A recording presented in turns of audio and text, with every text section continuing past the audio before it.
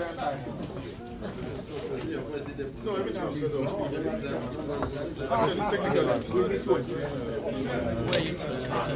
Huh? On live, we go on Facebook. Well, We for We TV. We for We TV live. We for We TV, you go live. For We TV. We, letter 4, We TV live. Yeah. I think you guys should move a little bit. No, forward. No. You got to walk. That's the funny thing. You're going to be walking through the country, right?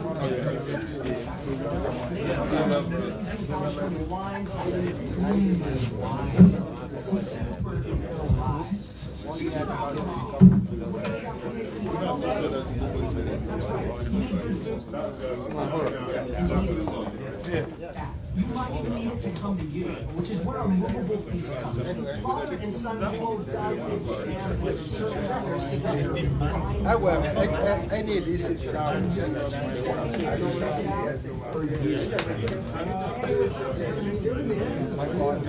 Are you streaming?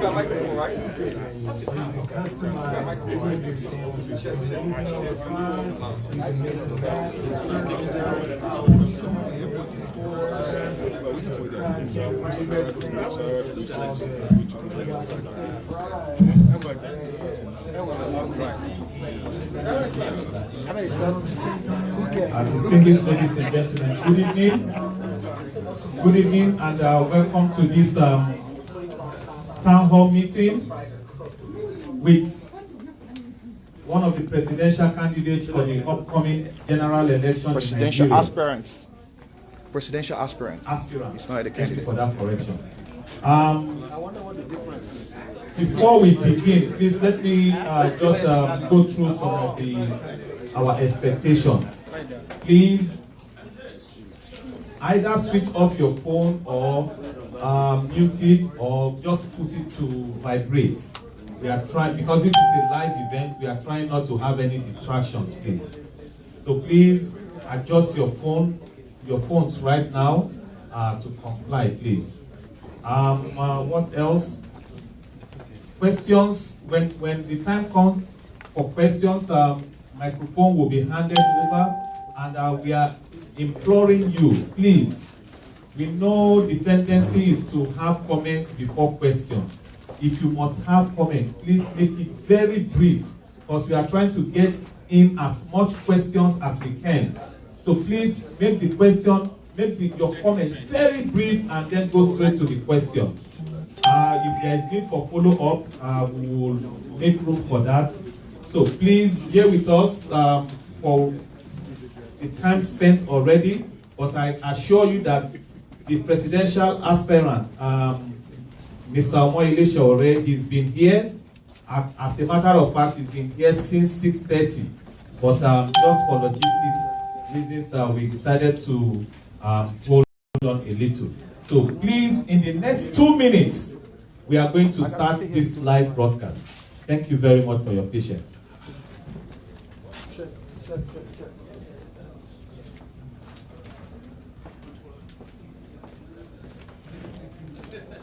It's ready? Come inside now. Introduce them before you come.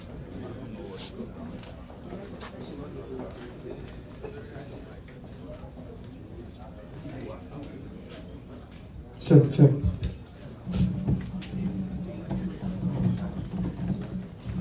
Microphone check 1 2.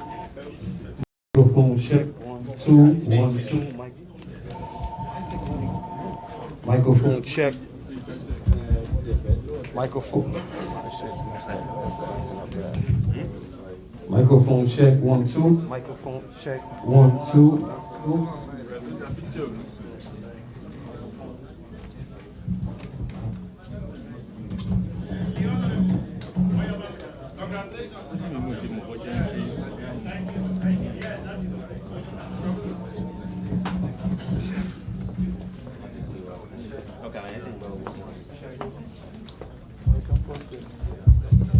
Microphone.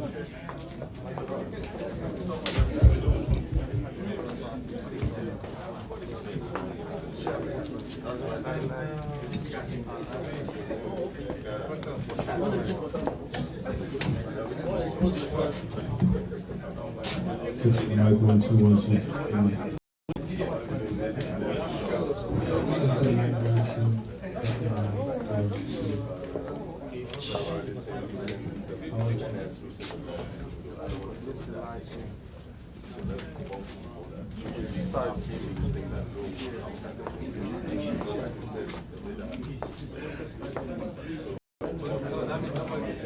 Yeah, that's he was gonna sit here and watch that. That's why there's 2 chairs for me.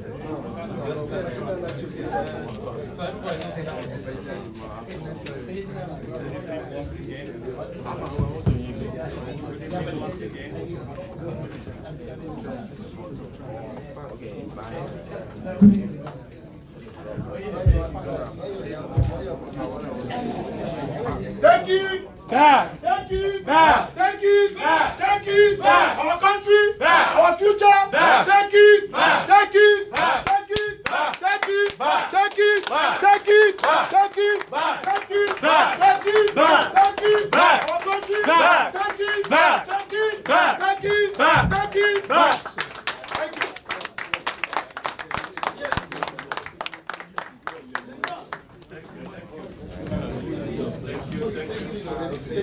Take it back.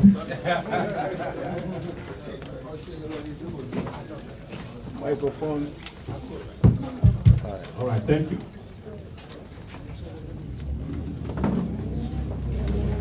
Sound engineer. Okay. Hello. Me, the sound engineer. Just that. Sound engineer.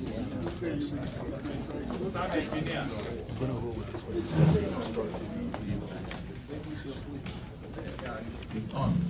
All right. Thank you.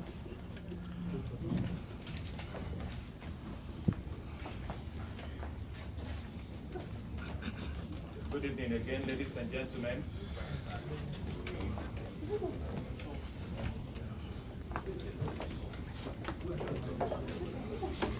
Our system will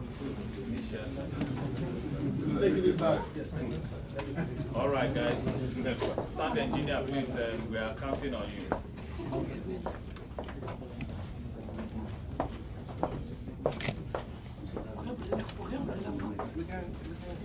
This hall is small. This hall is not big. Good evening, distinguished ladies and gentlemen. It is indeed an honor to welcome you all to this town hall meeting. We are here today streaming live from the beautiful city of East Orange. We are at Aso Rock Restaurant here in East Orange, New Jersey. It's an honor to have you all. Thank you and welcome.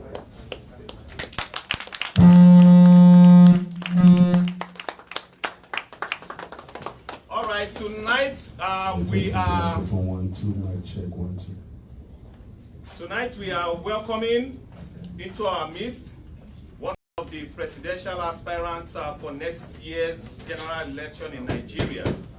He is a man that most of us know, if not all of us. As a matter of fact, as a student, I first met him years back in Unilag as a student union leader. He has traveled almost the length and breadth of Nigeria as I speak. This is a serious business for him. He's not here to play. He has decided that what is going on in Nigeria is no longer tenable. The project called Nigeria is not moving forward. And for that reason,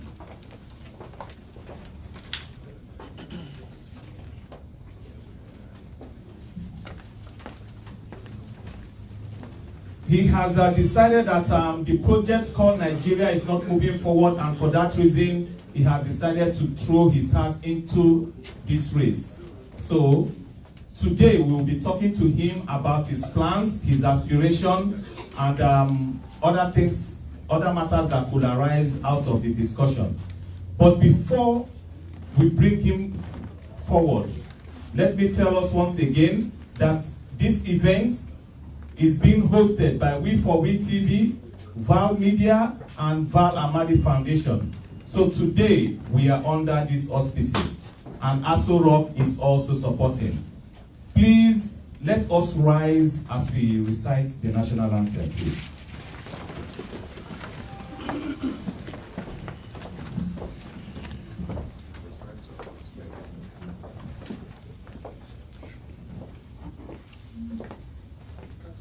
All right, let's sing it. Let's go. 1, 2, go. Arise, O compatriots, Nigeria's cause obey, to serve our fatherland with love and strength and faith. The name of our heroes past shall never be in vain. To serve with heart and mind, one nation bound in freedom, peace and unity. Thank you.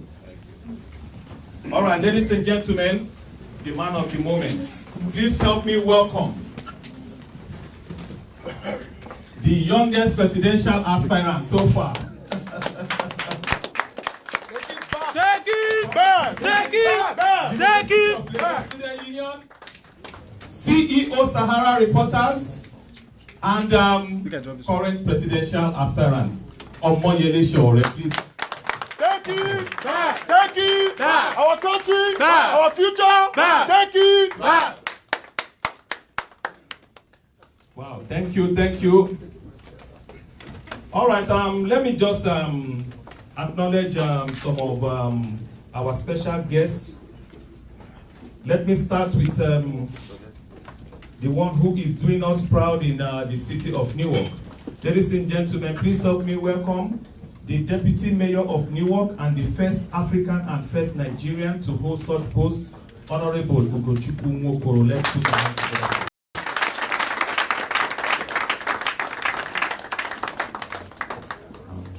Still in the city of Newark, working diligently to make sure that our voice is heard. He is a member of the Newark African Commission. Please help me welcome ever hardworking, Honorable Okems Innocent Okem is here.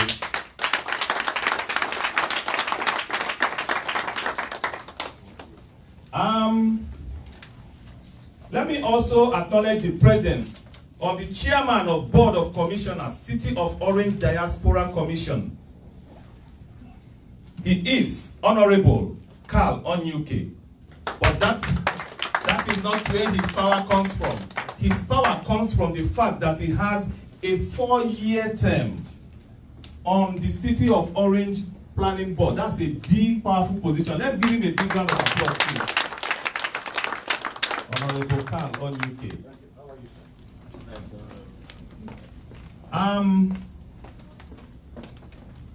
I also have here one of the leading legal minds in this community, a big legal luminary, former leader in the Igbo, World Igbo Congress. Please help me welcome Attorney Charlie Chikezie, Triple C, Chief Charlie Chikezie.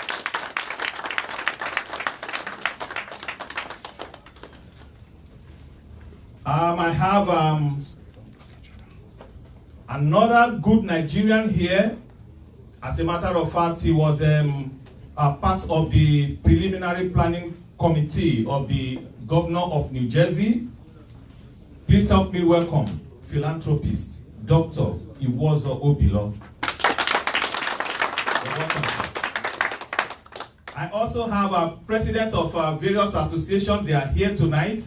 Let me first of all welcome the president of Abia Imo States Association of Nigeria in the Americas, Mekaria 1, Honorable Oliver Obiuku. Let's put our hands together for him, please. He is accompanied here by a long-term member of that organization and a leader in this community. Ladies and gentlemen, please welcome Chief Mike Anokam Uduakom Miliwan.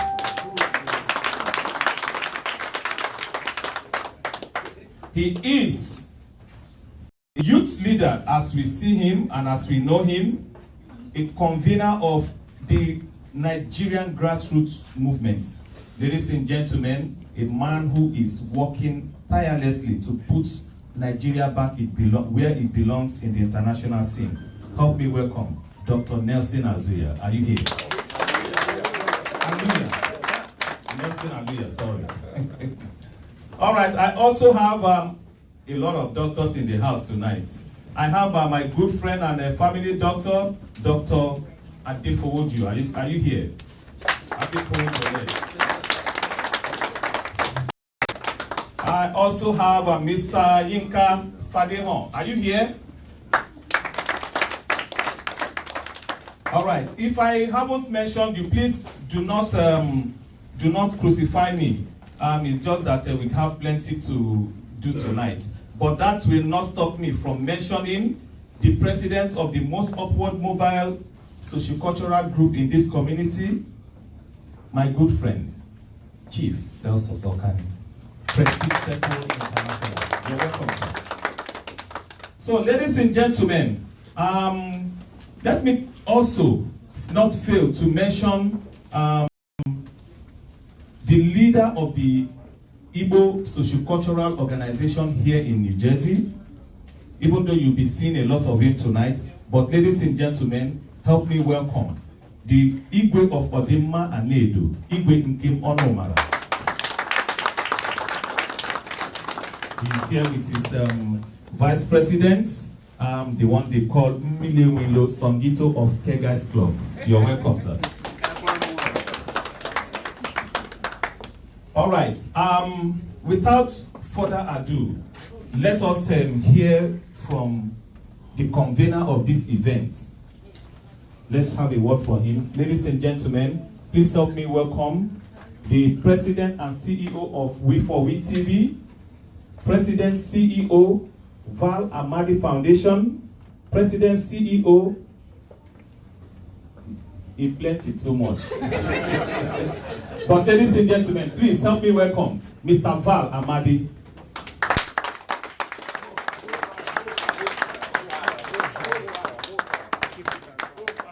Activism in the blood.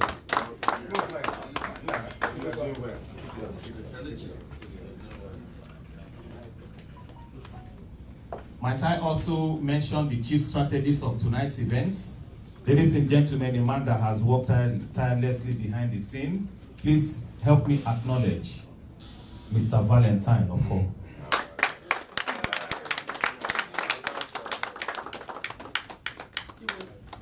All right, I'm going to hand the microphone over to Mr. Val Amadi to welcome us officially and say one or two things before we go into question and answer. Welcome, sir. Thank you very much.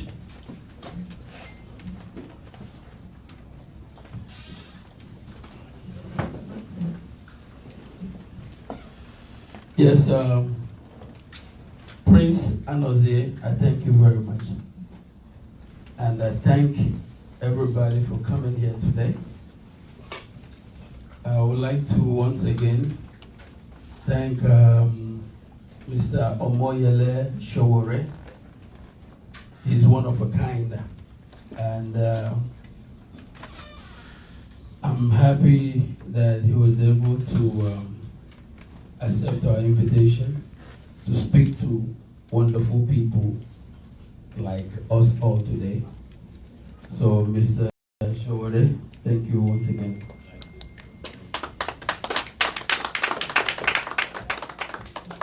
I would like to also acknowledge the presence of the most wonderful people in the world, and those are you people.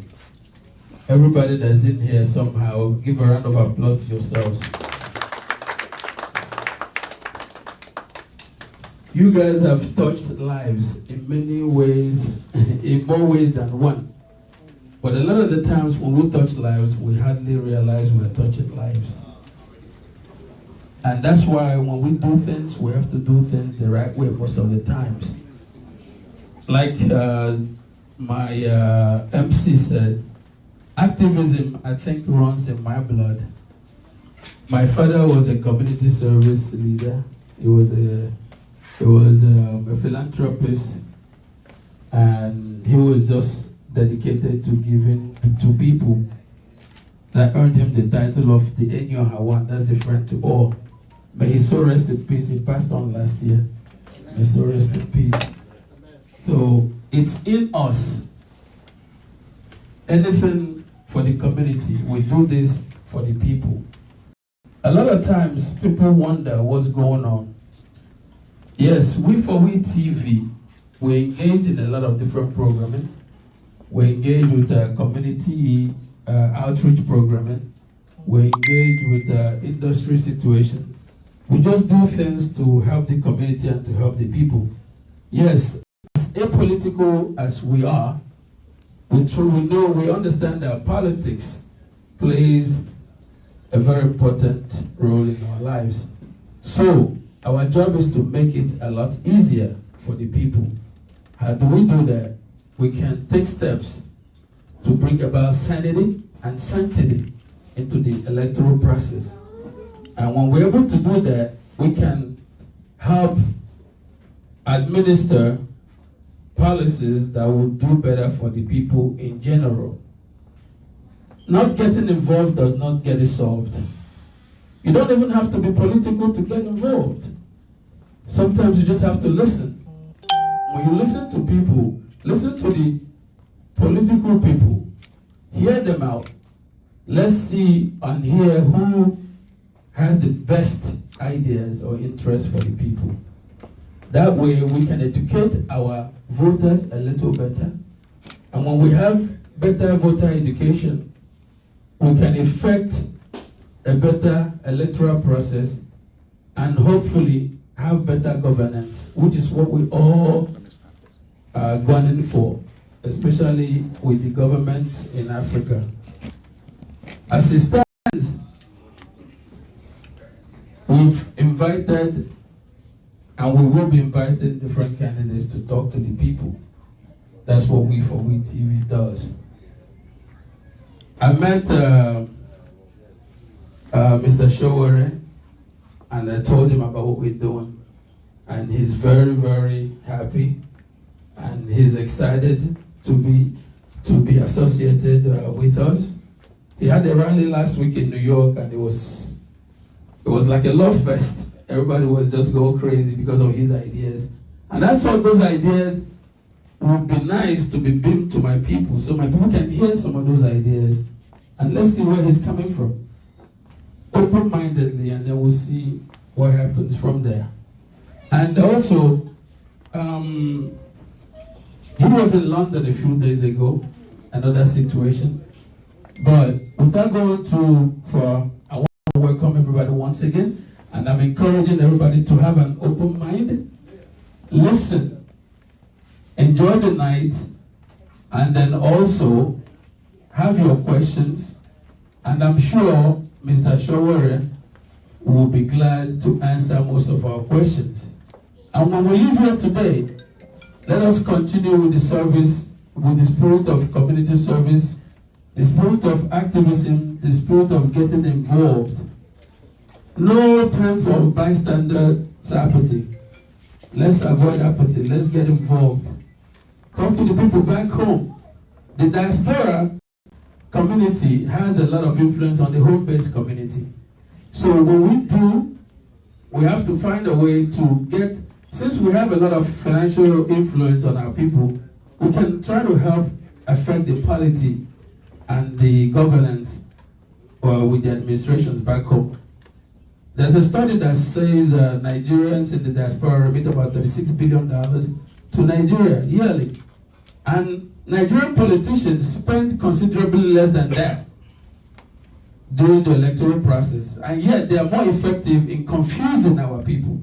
So why don't we use our economic powers to do voter education, help our people get better, help our people get better educated about voter education, so we can choose the better people to govern us, and hopefully we can have better generations to come. Once again, welcome. Thank you very much. And before I want to say thank you, special thank you to most of the people that have made this possible. A lot of people in here made this possible. But I want to just say thank you extra to our strategist with us. We have a group called the Moswaka movement. The Moswaka movement is just about the Take It Back movement. We're tired of the craziness in Nigeria. We believe that our leaders should declare their assets, get involved, let us know what they're going to do, and when they're there, they should live a clean life and do their best for the family, for the country. That's what we believe in, the Moswaka movement. So if they cannot do that, they must work. That's right. That's what we believe. We'll take it back. Take it back. Take it back. Take it back. Igwe is a community leader and he's a wonderful person. He's helped put this event together as well. Amadi is not here right now. Prince Ogeni, Anozi Ogeni. Where's the Berechi Okereke? Wonderful individual. I know you're in the crowd, but come over here, please. We need you here for a second. Berechi is also with We for We TV. He's the best drones pilot. This guy, he flies all our drones. He does all our aerial videography. And he's also the chairman CEO of Amanda Care Tissues and Diapers in Nigeria. He's an entrepreneur. And he just added another master's degree to his accolade today. Yes, master's in what? Master's in Information Management and Security. Yes, this guy, he just collects all those masters. So we're having a double celebration today, and we're happy to have you. And then a lot of other people that are here. Mayor Ugo Okoro, very instrumental, wonderful individual. The chairman of the commission, Oga Carlo, involved. Where's Mary Jane? Mary Jane is our assistant creative director for We TV. Mary Jane, come over here. Don't be hiding. Where you at? Okay, so she's a wonderful person. So thank you very much once again. Mr. MC, my hand don't tire. Make a hand, I'm over. Bless you. Thank you. While introducing Mr. Val Amadi, I didn't tell you guys that he is also a commissioner on the board of the city of Orange. So please, I'm sorry that I omitted that. In order that, in fact, I'm very happy that she has just arrived. We were expecting her earlier, Please, the CEO of Saharan Kilichi, please, can you come take your seat?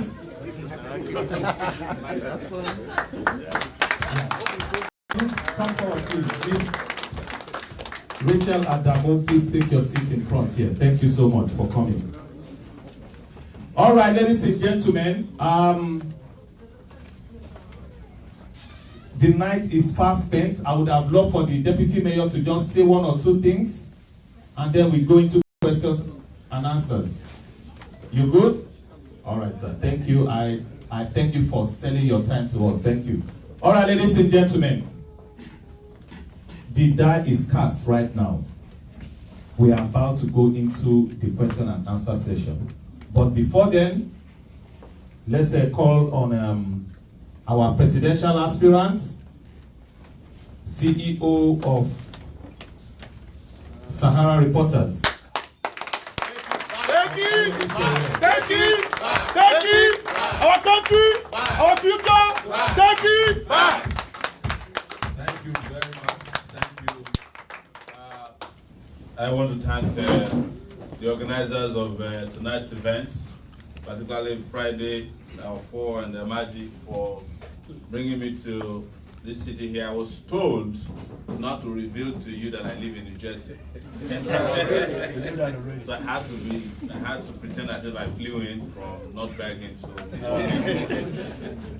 but I've been around here for 19 years. I work out of New York City. And so I'm one of you. Feel at home to ask me any question you might want. I want to also thank the deputy mayor here.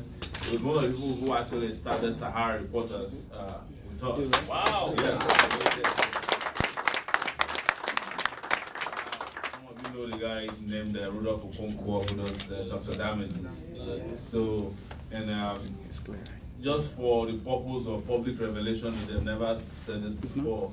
One of the people that first gave us money for Sahara Reporters was actually Professor Chino Achebe.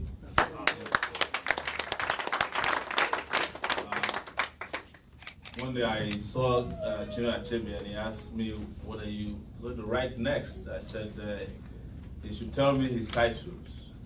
And he gave me one long title. And he said, do you understand it? I said, no. I said, I'll use it for my next password. So I used to go up to him and just joke about things. Great man. And he inspired us a lot, even towards the end of his life. One of the things he did that I was really proud of was when, because of what happened in Anambra State, he rejected the national award by the Nigerian government. But they don't make them like that anymore. Yes. So I'm glad to be in your midst. And recently, as you are all aware, I decided that I was tired of doing the reporting job. I was just simply tired of reporting elections that bring in rogues and mediocres into office, especially considering how many people I've met doing Sahara Reporters and how many brilliant Nigerians are all over the place. And when we came here this night, I was just convinced more and more, with number of doctors sitting in the house, lawyers sitting in the house, the police officer, sheriff that I saw, who actually was very impressive. And I said to him, when we win next year, we're taking you with us. Whoa! Whoa. Take it back. Take it back. As you can imagine, what they can bring to bear on the country. So our country, Nigeria, can't wait to be taken care of in a way that it can unleash itself on the rest of the world. When people ask me, is this just for Nigeria? No. If Nigeria gets it right, the entire African continent will get it right. I don't know how many times you'll be stopped before by another African who says, what is wrong with you Nigerians? Because I think we are the ones holding their destiny, with our own underdevelopment. They say that to me all the time. And the same thing with black people. Black people generally will look at you and say, you are from Nigeria, and they're like, my goodness, what's wrong with your country? Why don't you guys get it right so that they can also have a pride of place on the continent? I don't need to regale you with our problems. They are so numerous that I actually just came from Nigeria, did 23 days, in Nigeria, and I traveled from the north to the southeast and also to some south states, and I'm going back. So I brought a lot of good greetings to all of your brothers, you know, from Owerri and Onitsha. They said I should say Ndewo. But what is amazing and also very sad is that the moment we get to every part of Nigeria, there is a local person that is the creator of the problem and is managing the problem. Owerri is one example that I saw. Is anybody here from Owerri? Yes. It is the most mismanaged city I've ever seen in Nigeria. And I said it when we were in Owerri without fear that Rochas Okorosha should be sent to the International Criminal Court of Justice. He faced crime against humanity in the way he mismanaged the resources. It took us longer from the airport in Owerri to get to the place where we did the speech than it took us to get from Lagos to Owerri. The guy is the worst governor that's probably is anywhere in Nigeria that I've seen. And I hope when we get to office and with the new EFCC building that has just been built, that I heard has a lot of nice cells, people like Rogers can spend some time there answering to how the mismanaged resources are meant for. But it's not the only one, I'm just using him as an example. We went to Onitsha as well, for those of you who know Onitsha very well. And we were in this traffic for almost an hour. When we got to the scene of the traffic, the pothole there was not more than this table. And you are wondering, does this country have a government? So you send the army to go and do crocodile dance, but you cannot send the army to go and, the Army Corps of Engineers to just fix the road in Onitsha. But truth is that, honestly, we don't have a government. That's my own assumption, and that's where I'm coming from. And we are just at ground zero. When we start as if we never had anything before. And we will develop faster if we have that kind of mentality. Even our budgeting process, when we win, will be a zero budgeting process. So that we don't have any illusion that we are starting from where they stop. Because they never started. That's the truth. Nigeria has been around for 58 years, as most of you know. But as a nation, Nigeria has lived longer than most of the citizens. When Nigeria got independence in 1960, it was expected that the neighboring Nigeria would live 70 years. The life expectancy of the Nigeria now is about 43, maybe 50 something. So if you are born in 1960, you are supposed to have died by now. That's the country, and it's real. People are dying like flies. There's nothing that doesn't kill people in Nigeria. If you have malaria, it can kill you. Anything pretty much can kill you. And if all these communicable or non-communicable diseases don't kill you, the government is out there waiting to shoot you. At the slightest provocation, you see a police officer, just over 20 naira bribe, they'll kill you and run away. It's just a mess. But in being a mess, there's also something that is there that is encouraging for me in this period that I traveled around recently. It's the spirit of the Nigerian person has not been broken yet. It's unimaginable how people just stay very optimistic that things will be all right, even though there's nothing all right around them. So people are very hardworking there. They're hardworking. And that is why when I was there was the time that President Buhari made that very silly statement that Nigerians young people are lazy people. All we saw in the Southeast are very hardworking people. We even have a video of it. If you have time, you can check it out online. And people were struggling to make ends meet. They are doing their own part, you know. So I am not here to appeal to any of those sentiments. I know that we are in a very sensitive place in Nigeria right now. And one of the things I was told when I was coming here is that, you know, you are going to speak to the Southeastern brothers in East Orange. Please don't talk about secession, you know. And I said, you are wasting your time. It's not only the Southeasterners that are planning to secede from Nigeria. A lot of Nigerians have mentally seceded from Nigeria. That's the truth. Because every house in Nigeria is like a local government. You have to provide your water, your electricity, you have to provide the security. So you really don't feel belonged to Nigeria. And I said, if you want to know how bad things are in Nigeria, you can take a ship, a Titanic, to Nigeria and ask who wants to leave. Even governors will climb, senators will follow that ship out of Nigeria because they don't believe in the country. How do you know these things? If you are flying back from Nigeria on Delta these days, when you used to go to Atlanta, and now it comes to New York directly from Lagos, seated next to you is somebody who is pregnant, who is coming to have their baby here. And they are not people who are just ordinary people. They are children or wives of people, politicians. When Yaradua was empowered, the daughter married a governor of Bauchi. When the lady was about to have a baby, they flew her here so that they can get that American passport. They no longer believe in the Nigerian passport anymore. A lot of them are also not Nigerians in all reality. I mean, in reality, the number 3 person in Nigeria is Bukola Saraki. He's not a Nigerian, he was born in the UK. Of course, our constitution says that if your father is a Nigerian, you're also in Nigeria. I don't have a problem. My kids were born here. They are Nigerians. But I'm saying that in their insides, genetically, they don't feel like part of us. And if they have a problem in Nigeria today, they'll ship out. Nigeria is just serving as their social security department, where they retire and just keep collecting. Some of the people who are in government in Nigeria are getting paid their pensions and also collecting salaries. So people who are supposed to have jobs don't have jobs. People who don't supposed to have jobs have 2 jobs in Nigeria. I'm just giving you an overview of how bad things are.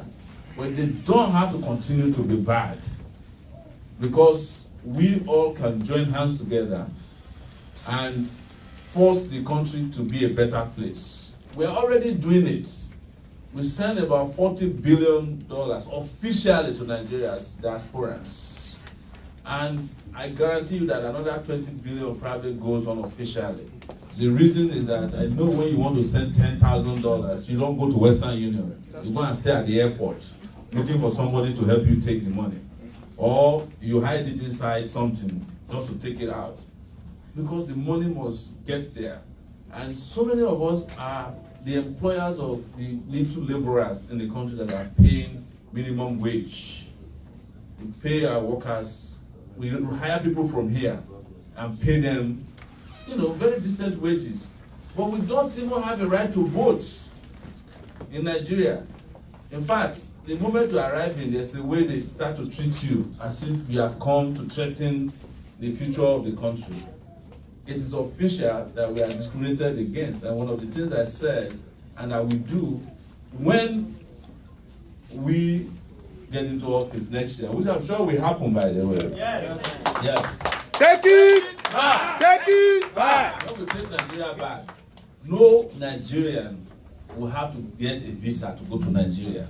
Whether you have an American passport or you don't have an American passport or you have a Nigerian passport, the moment you are a Nigerian, you should be able to go home and come back whenever you want. It should be visa free. In fact, we are looking at any African American who has tested his or her DNA and wants to relocate to Nigeria or travel to Nigeria, it will be visa free as well. Yes. There's nothing in Nigeria that will be for visa for. And the diaspora voting that you all have been talking about is going to come in the mail. It will be the first thing we will do when we get there.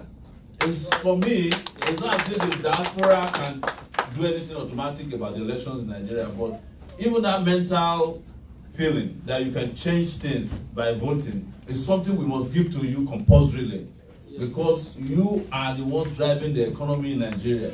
Forget about America, Europe, and all these other countries who are claiming they are doing foreign investment. We don't do no foreign investment in Nigeria. We are the greatest foreign investors in that country.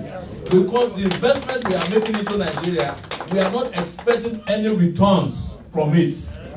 When the Americans go and invest in your country, they will take triple the profit from the place. But when we send money home, we don't expect any returns.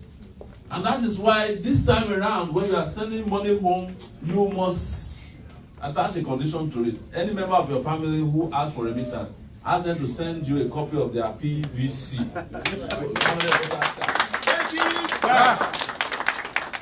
If they don't have it, you can hold on to the remittance for a while. You know, we have to use it to change the behavior of our people, their apathy towards voting for leaders. Because that is how we end up allowing people who should not choose our leaders to choose our leaders for us. If you see Nigerian politicians, no matter how educated they are, they don't preach to educated people. They go to the market to go and give money, rice. You know, they give Ankara branded to people who they know will really vote. Because they know their list don't vote. They are too cocky and arrogant to vote. But if you see the analysis on Facebook, very fantastic. But when election time is coming, they will run away from the country. After election, they'll be calling home. Is there any crisis? Can I come back now? You know, and then you wonder why you keep electing idiots into office in our country. That will have to change, and we have seen that that is changing. So, without taking too much of your time, I want to encourage you to ask questions. And in asking questions, we are here to answer to the best of our abilities. I am careful to ask people in the US to ask me questions because you know too much. That's the problem. But the advantage we have here is that you questioning me is not as if you are trying to ridicule me. You are questioning me because you want to see how knowledgeable I am about the things that are important to you, and also if I can learn from what you know about the things that are important to you. So I'll be happy to take as many questions as possible. Our leaders who have been in power, I've seen 7 of them since 1989 that I started as an activist come and go. They don't take questions. In fact, what has been happening even in our democratic elections is that they will decide not to debate. I want to debate any one of them who is capable. Take it back. Yes. Take it back. But they know that if we enter into a debate, the election will be over in debate night. Because what is it that they will be campaigning on? What are we going to debate about? Are we debating their failure? They don't want to debate, but we must also make it compulsory that they debate. Yeah. So in saying that you are bringing more candidates, please bring them in here. Bring the ones that can debate and also try and get the ones that cannot debate. And you know them already. Yes. And they will not come. But let's make a decision not to vote for anybody who will not talk to us about their policies, about the future of the country, about all the issues that are important to you, of which I hear from our brothers here is restructuring of Nigeria. And this is one question that is very contentious because Nigeria as a nation has become broke and is broken.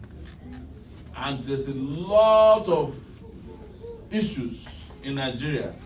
But in discussing the future of Nigeria, we cannot leave out one very important issue, is that have we tried a good leader before? No. No, that's the question. We have been trying and what they call try and error in terms of leadership. We have been recycling the same old people. In fact, when I was in the Southeast and somebody was asking me, oh, you as a young person, you cannot do this thing. And I asked them, who is the person that can do it? Is it the people that fought the Civil War that you expect to continue and you expect them to love you? They fought the war. They have not ended the war in their heart. They have not ended the war in their head. When the war was fought and ended, I was 1 year old. I didn't shoot anybody in Ashaba. I didn't shoot anybody anywhere in Igbo land. And I don't have the mentality of fighting the war. I want to develop the Southeast. I want to develop the Northeast. I want to develop the Southwest. I want to develop the South-South. I want to develop the North Central. Take it back! I do not want to send any operation down to the Southeast that is not Operation Education or Operation Roads. We should by now have completed the second Niger Bridge, and the third Niger Bridge should be finished by now with a cargo train that is taking goods and services out of the Southeast. Because you know what? I love to say this because my brother is married to an Igbo lady from Oga. And one thing I discovered in Igbo land is that the Igbo man has conquered the world. But I don't know what is it with you guys and your villages. You love your village. You want to go back there. And we must give you that right to love your village as much as you want by integrating the Southeast with the rest of the country. The non-integration of the Southeast is deliberate. It's the continuation of the war. And when I said this, I was warned by some of their security people that I am speaking hatred, that I'm doing hate speech. I said, you know, the biggest hatred you can do to the people is not to allow them to develop at their own pace, or not to allow them to do what they love to do. And that is what the leadership in Nigeria has been doing to the Southeast. But it's not only in the Southeast. Everybody is held to ransom. We are in a state of what they call arrested development in Nigeria across the country. And only a leadership that is prepared, that has capacity, both intellectual and sometimes even physical capacity, will be able to take Nigeria on the path of progress, peace, and prosperity. And we cannot have peace in Nigeria without justice. Yes. There has to be economic justice, cultural justice, there has to be political justice. We have to do justice at every level to the people of Nigeria and people who no longer feel that they are part of Nigeria. There are a lot of people who feel that way. That is the truth. So I will stop here and take more, as many questions as you want to throw at me. If I cannot answer any of your questions, I will direct you to Google. Thank you.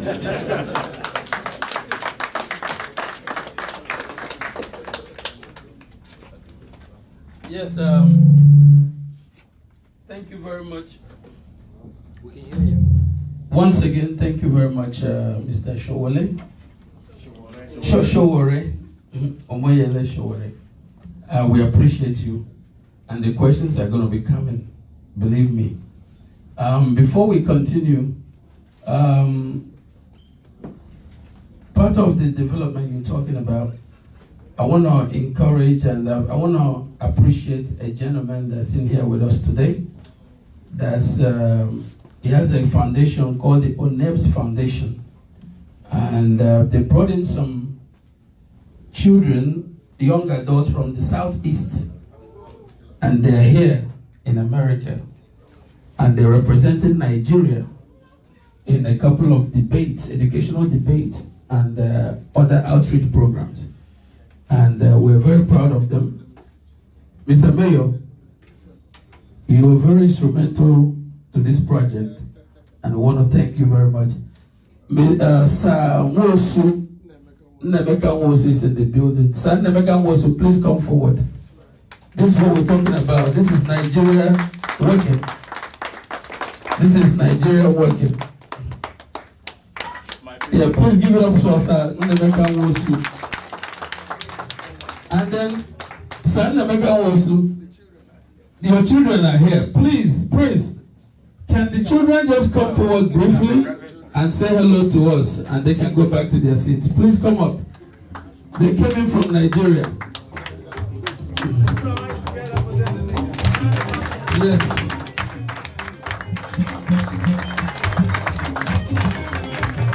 Wonderful, wonderful.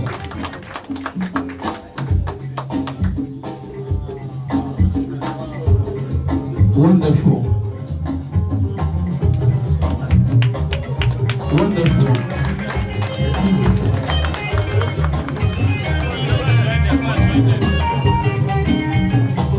Yes.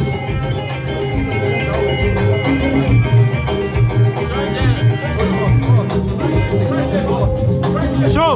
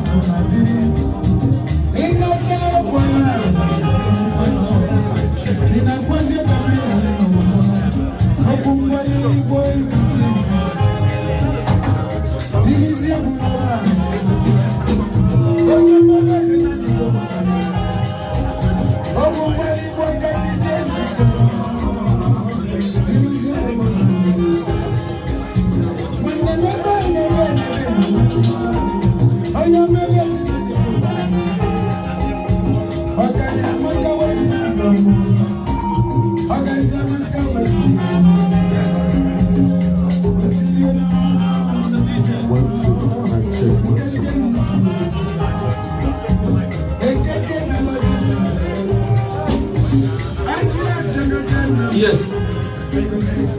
Thank you, Mr. DJ. Thank you, Mr. DJ. This is what I'm talking about. We have a program they call the Diaspora Optics. This is about the same thing. And when children grow up, we develop a lot of role models like Mr. Sowore. These children are going to grow up emulating your activism and your belief in good governance. And then they're going to grow up to do a lot better than you, hopefully. So these are our heroes in the making. These children are heroes in the making. Give it up for them. So I want us to focus very well on children. It's very important because the children will be the future. If we don't have good governance, if there's no sanity and sanctity in the electoral process, then we don't know what we're teaching the kids. We have to have good foundation, family and government. And I believe Mr. Sowore, going through some of his stuff, you could tell he's one of the people that will be great at advancing the project with kids and young adults. And I believe that. And so, Mr. Sowore, please do not fail us. Do not fail these children. Before we go further, I want to call on the deputy mayor of this great city of Newark, Ugonwo Koro. He's very pertinent with what's going on with this foundation. Mayor, tell us one or two, or maybe three or four. Machine, Dachi.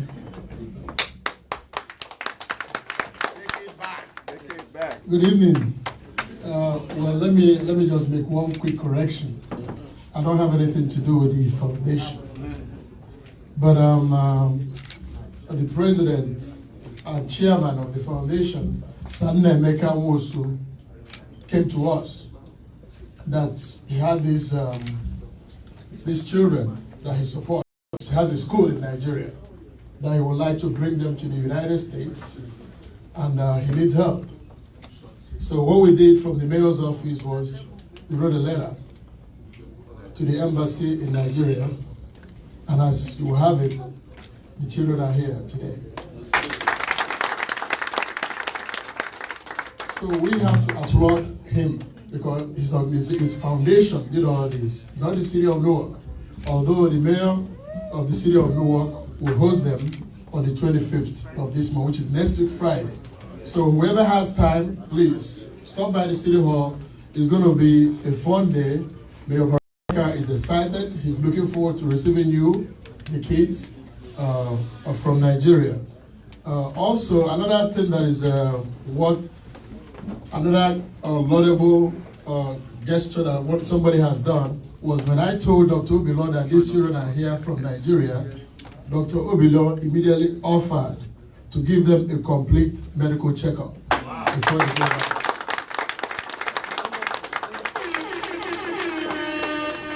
Most importantly, these kids they'll be having 2 debates with 2 Newark schools. So we are appealing to everybody, if you have time, we're going to, maybe Sanne Emeka will talk about the agenda, the schedule, but we want everybody, every Nigerian to come out.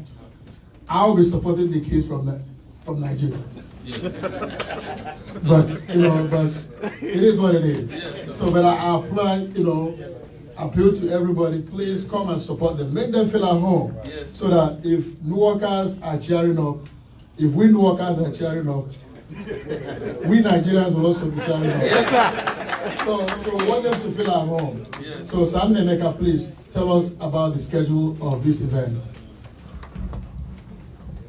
Good evening, all. First, I must have to again thank the Deputy Mayor of Newark, Honorable Omeyele, and I must thank the coordinators of this project today. And I must thank our special guest of honor, Sowore, our next president of Nigeria.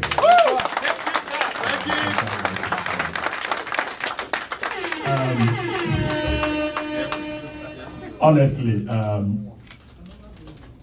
the country that belongs to you and I needs vibrant people like him. And if you see these young kids, there's something they call continuity. Yes.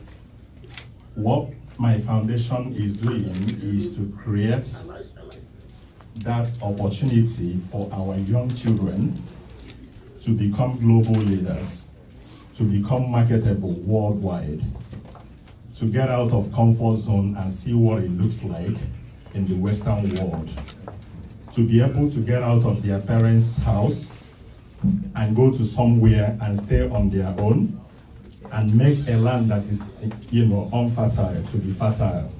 So when you plant your yam there, it will be huge. These are the things that we are trying to do for these children. Especially we are targeting the needy. We are also targeting the academically gifted children who are very brilliant, who can represent Nigeria anywhere in the world. So this is what we are doing. Deputy Mayor has been very instrumental to this project. He helped us to front it before the embassy and with some other help from other schools in Newark that gave us some documents that we presented at the embassy, and they deemed it fit to grant these cohorts visa, 2 years multiple visa for that matter. What we are planning to do going forward is to make this an annual right that it will happen every year.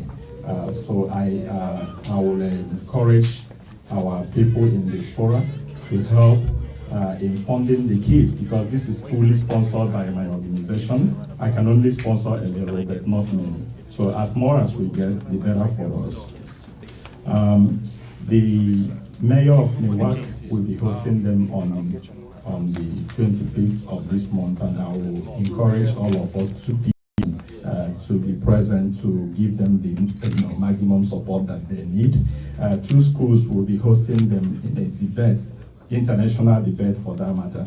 One of them will be Great Oaks Legacy Charter School on the 30th of May.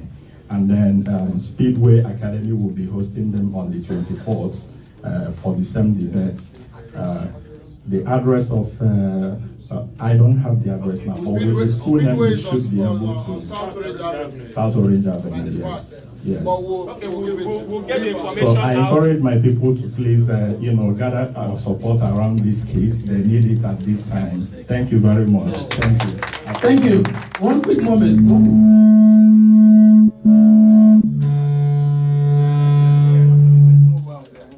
Yes. Thank you very much. Real quickly, on Saturday, on Saturday, that's the next 3 days, we're going to be right here at Aso Rock Restaurant. We're going to be having dinner with these wonderful young people, and we're going to have fun. So wherever you are on Saturday, just come around and enjoy with us. About 6 p.m. Right after the soccer game, we're going to be here. Real quickly, on the children, please, let's continue supporting young adults, children. I want to also thank Mr. Honorable Okems Okemezie. Where are you? Honorable Okems Okemezie is part of the Humanity for Africa Foundation. On the 7th of July 2018, by Robert Treat Hotel, it's going to be a gala night. It's going to be a lot of good, willing Nigerians, well-meaning Nigerians will be there. Thank you so much. Thank you so much. We will pass on all this information. We have most of you on our social media. If you are not yet on our social media, please leave your name and your phone number with MJ, and we will integrate you into our forum. All right, thank you so much. Back to the matter. Yes. All right, Nigerians, I know you are itching to ask questions. Let me call Mr. Friday Eberechi. Please come forward and help us handle this part of tonight's event. Thank you, everybody, for being here tonight. Our first question is going to be Mr. Uche. All right. Let's start from the front. All right, Mr. Uche, you're going to be next. Honorable. Yes, most respected parents, and we really appreciate their effort from the Sahara arrangement to their presidential ambition. And my question is just very simple. Are you going to form another party, or do you have any political party in mind to, get you through your track? Well, thank you. This is probably the most asked question. People are asking which political party I intend to use to realize my ambition to become the President of the Federal Republic of Nigeria. What we are doing is talking to a lot of parties. There are 68 political parties in Nigeria, minus the PDP and the APC. Two parties that I would never join. So, and a lot of them are interested in forming a coalition so that we can defeat these behemoths of the two political parties that have put Nigeria in the condition that is in today.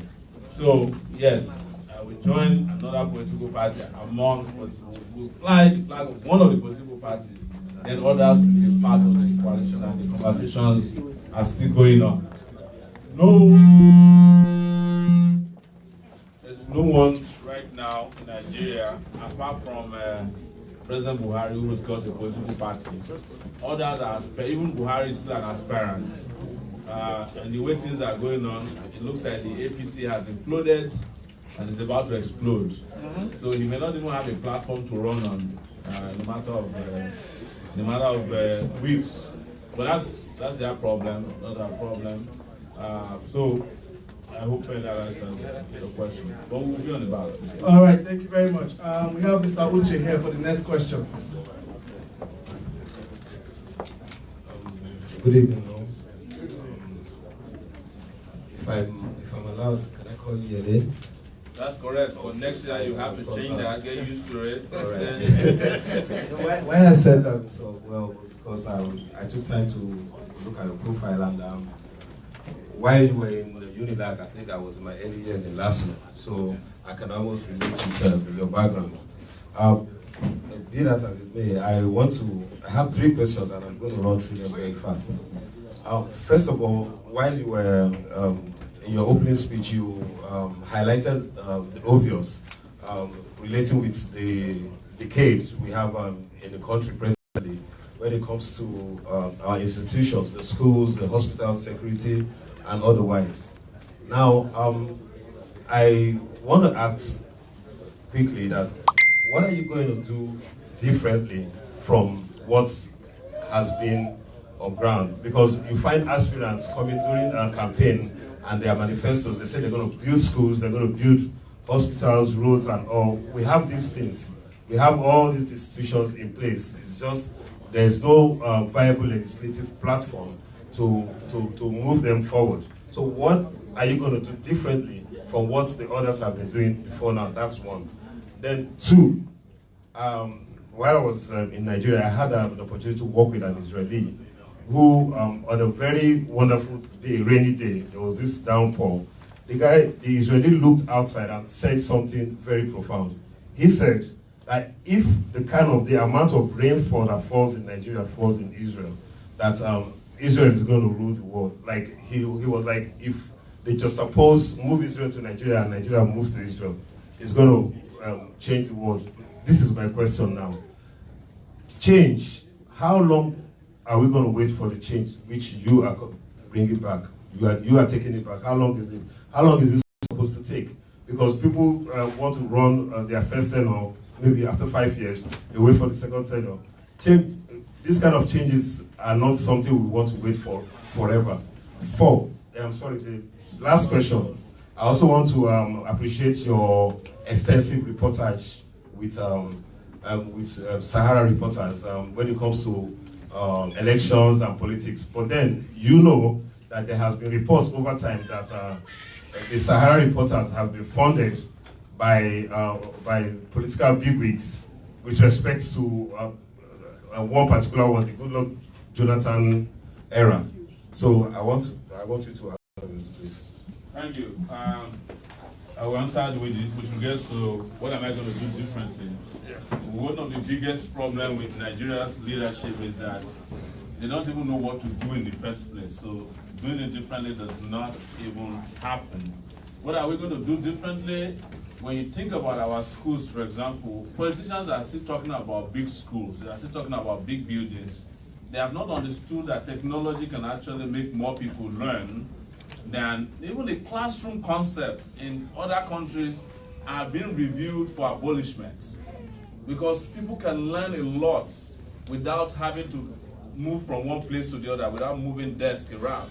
I said something in Nigeria, and people were surprised that Nigeria, the world is no longer using buildings with books as libraries anymore. We are now using books that can contain a lot of libraries. For example, your device here can take over 10,000 books. This can take 10,000 books. And it doesn't discriminate against subject, whether it is mathematics. You don't have to just need to swipe it. It will give you whichever thing you want. But nobody is thinking along those lines in Nigeria, because when you talk about notebooks, they are talking about contracts and how they will import fake materials into the country, give it to people, and they will never work. That is the kind of country that we are in. What we need to do, which goes into your second question, is how long will the change take? Change should not even take any longer than the day you are sworn in as the President of the Federal Republic of Nigeria. For example, I have done extensive research and come to the conclusion that within 90 days, you can put solar panels or solar power in universities that can power both the university and the local community around it. And it takes only 90 days to set them up. But the man who is doing it elsewhere said it took him 3 years for the government of one state, I won't mention here now, because it was a secret revealed to me, 3 years for the governor to accept for them to bring in the solar panels. And each time they are bringing in one container, they will ask them to bring in 5 SUVs for them personally. The SUVs are more important. Before the container for the solar panels are cleared, the SUVs would have been cleared and they are driving them around. It's the same way in our contractual system. Even with the United Nations, they will first of all ask that you include cars that they want to drive before they can get anything done. So you have people who are incapable of even understanding how fast things can be done. For those of us who are here, you must have noticed something about construction in the US. When they were constructing something, they will tell you that it will be done by the end of year 2019, September 4. But lo and behold, 6 months before that, the construction is done. And they don't come and apologize to you, and you will never find a governor who will stand with his big fat stomach on the road, cutting the tape of a road that has been constructed. Because the way they commission road here is that they open it up and you start driving on it. They don't have time for the nonsense of cutting tapes. I'm sure maybe they do it some places, but I've never seen Obama on the highway before, when he was president, or Bush, or, even Donald Trump, trying to cut the tape of a road that has been constructed. In Nigeria, they are commissioning in Borno State. They just commissioned a project in which they went and bought kits for people to be shining shoes. Mango. And the commissioner was very happy. He had an elaborate ceremony. The other one was trucks. Commissioning shoe shiners. And I'm not deviating from the question you asked. I'm just giving you a general context in which we will hit the ground running. Is it in the area of education? How long does it take? Look, let's even use the structures we have. Let's activate them before we start thinking about building the new ones. Because in Nigeria, when they describe hospitals to you, they will say that a hospital is state-of-the-art. What is the meaning of state-of-the-art hospital? Do you know what they call state-of-the-art hospital? They will come and buy one cancer machine or a scanner machine. Then they will tear it open, But when you go to hospitals, how many times you enter the scanning machine? It's useless. A body scanner is not what makes an hospital state of the art. It's the doctor there. It's the intellect of the doctor. It's the ability and the capacity of the hospital to solve medical problems that makes it state of the art. But in Nigeria, they will put it state of the art, and then they will be advertising in newspaper. Who is from Enugu here? You know, Chimaroke Nnamani. He used to put advertisements in newspaper every week because he built a tunnel in Enugu. To glory be the God. I mean, to God be the glory. He did it for almost 4 years. These are the kind of characters that are managing our country. But the moment you have leaders who have vision, who have exposure, who have understanding, bridges don't have to last 4 years to be built. The second Niger bridge, how many kilometers is it?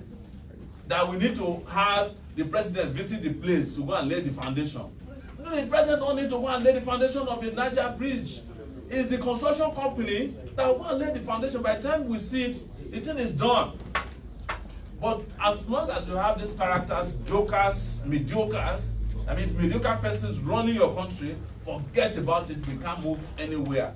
Because in most cases, just to even start the construction or start the project, they will be waiting for the president for months to come and flag it up. They call it flagging up of the event. Even after the thing is finished, substandard most of the time, they will still wait for the president to come and commission the nonsense. They commission boreholes in Nigeria. Electric pole. They commissioned electric pole. You saw that one. Mango. So it's a bunch of lazy people running the country. And as long as you don't have competent people running the country, you are not going to have progress. So that is for me the answer to your how long will it take. It will not take any longer than it takes anywhere. Because the advantage we have now is that technology has done what we could not do years ago. That is what I was able to show with Sahara Reporters. When I started Sahara Reporters 12 years ago, I went to meet a lot of newspaper editors. I started warning them. I said, your job is on the line. They were laughing at me. They were writing articles. They said, you didn't go to journalism school. I said, journalism has become a small part of media. I asked a reporter in Nigeria who was interviewing me, ignorantly, I said, do you know the biggest media company in the world? He said CNN. I said, look at this. Facebook is the biggest media company in the world today. He didn't know. And they're on radio every morning shouting that they're experts. And the Sahara Reporter thing takes me to your question about, they said Sahara Reporters is being funded, If I had my lawyer here, I would have sued you for libel. Because that Sahara Reporters has no engagement. It's the only platform in Nigeria, and I say it anywhere, I've challenged them, that is an equal opportunity offender of the political class. Whether you are mighty, rich, powerful, we don't give a damn. And I have said it over 12 years. Most Sahara Reporters have accomplished, starting with nullifying Obasanjo's third-term agenda. It was Sahara Reporters that made it possible. When even the Jonathan that people are lying about today, when he was cowering, when Yar'Adua's wife and their cabal, they call it Toure cabal, held him to ransom and they didn't want him to become president. The deputy mayor was with us at that time. We were the ones who pried open every corner of where Yar'Adua was hiding and announced to Nigerians that Yar'Adua had been brain dead. Yar'Adua was brain dead for 5 months. Nobody knew. But Sahara Reporters was reporting it. In fact, Jonathan, after he won, sent Oronto Douglas to me that I should pack and come to Nigeria. I should come and work with him because I'm the one who brought him to power. I rejected it. I said the only thing you can do for us or to us is to run Nigeria in a way that we can be proud of a member of the minority tribe running Nigeria. What did they do? They looted Nigeria. We didn't spare them. So, where is the big man that you are talking about? Or is it Bola Tinubu, who Sahara Reporters went and purchased the report of his drug history in Chicago and placed it still online on our website? You can Google it. That's why I say some questions you ask, I will send you back to Google.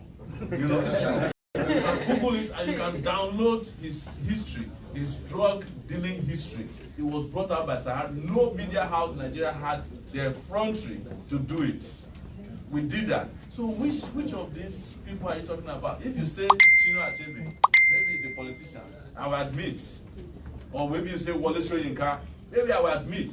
But for Sahara reporters, our publication has been very transparently known as being funded by foundations.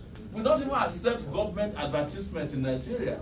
They've approached us several times, oh, we want to advertise with you, and we ask them, what exactly are you doing that you want to advertise as a government? Is it the substandard roads or the borehole that you are building?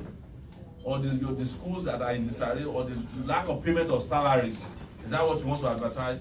So please, there's no connection between Sahara reporters, and I've challenged people. I just came from Nigeria, as you know. The same question was thrown at me. I challenge anybody who has ever had any engagement with Sahara reporters, who is a politician, to expose it.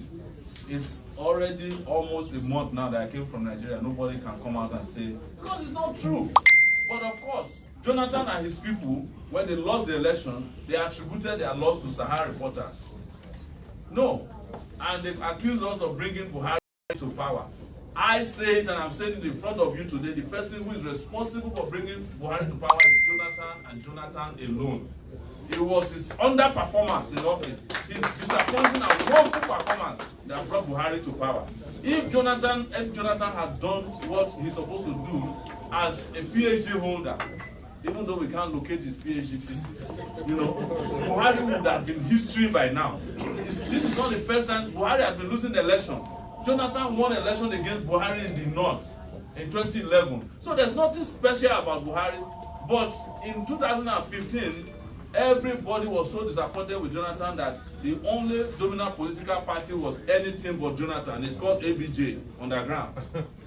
Because people were so disappointed with him. Even our Eastern brothers, I challenged them. What did Jonathan do for you? Is it the commissioning of the model of the second Niger bridge that you are celebrating? That never happened? Show me what he did for you. Nothing. Nothing, nothing, nothing. Most of you don't know that I am actually from the Niger Delta region. I'm an Ijo Apoy from Ondo State. So me and Jonathan, tribally, we are supposed to be like this. But I can never support a failure. I can never, my conscience will not let me do it. So please, this whole story about Sahara reporters, I think Sahara reporters became so powerful that people thought that without collecting money, it couldn't have been so powerful. And I understand it. Most of the media houses, even bloggers who steal stories from Sahara reporters, they bought land on Banana Island. That's right. So they will be looking at me and say, why is Sowore still poor? I'm only comfortable with my poverty. And that's the reason why I can stand in front of you today and tell everybody to take it back. Thank you very much. Please, I would like to beg your indulgence to keep it very quick and direct to the point. We're going to be allocating one question to an individual, and it's going to be 1 minute. We're streaming live on our Facebook page and our Instagram page, We4WeTV, and we have a couple of questions coming in from there as well. The next question is going to be from Barrister Chikeze. Thank you. Thank you. I don't think I need that. I don't think I need that. Unless, okay. All right. Good evening, sir. Good evening, Barrister. My name is Charlie Chikezie, and I thank you. I applaud you for your courage. It takes courage to do what you're doing. And I basically hope that you understand and appreciate the magnitude of what you have stepped into. Dr. King once said that the greatest level of maturity in a people is the ability to be self-critical. And Professor Achebe, whom you aptly quoted, said that the problem of Nigeria is the problem of indiscipline. It is not complicated. And that brings me to you, sir. This event was built to start at 7. Some of us got here at 7, a little after 7. I even had to leave and come back because I really want to hear you. In anticipation of this program, there was a YouTube video that was posted where you protested a Nigerian minister who came to an event an hour and a half late.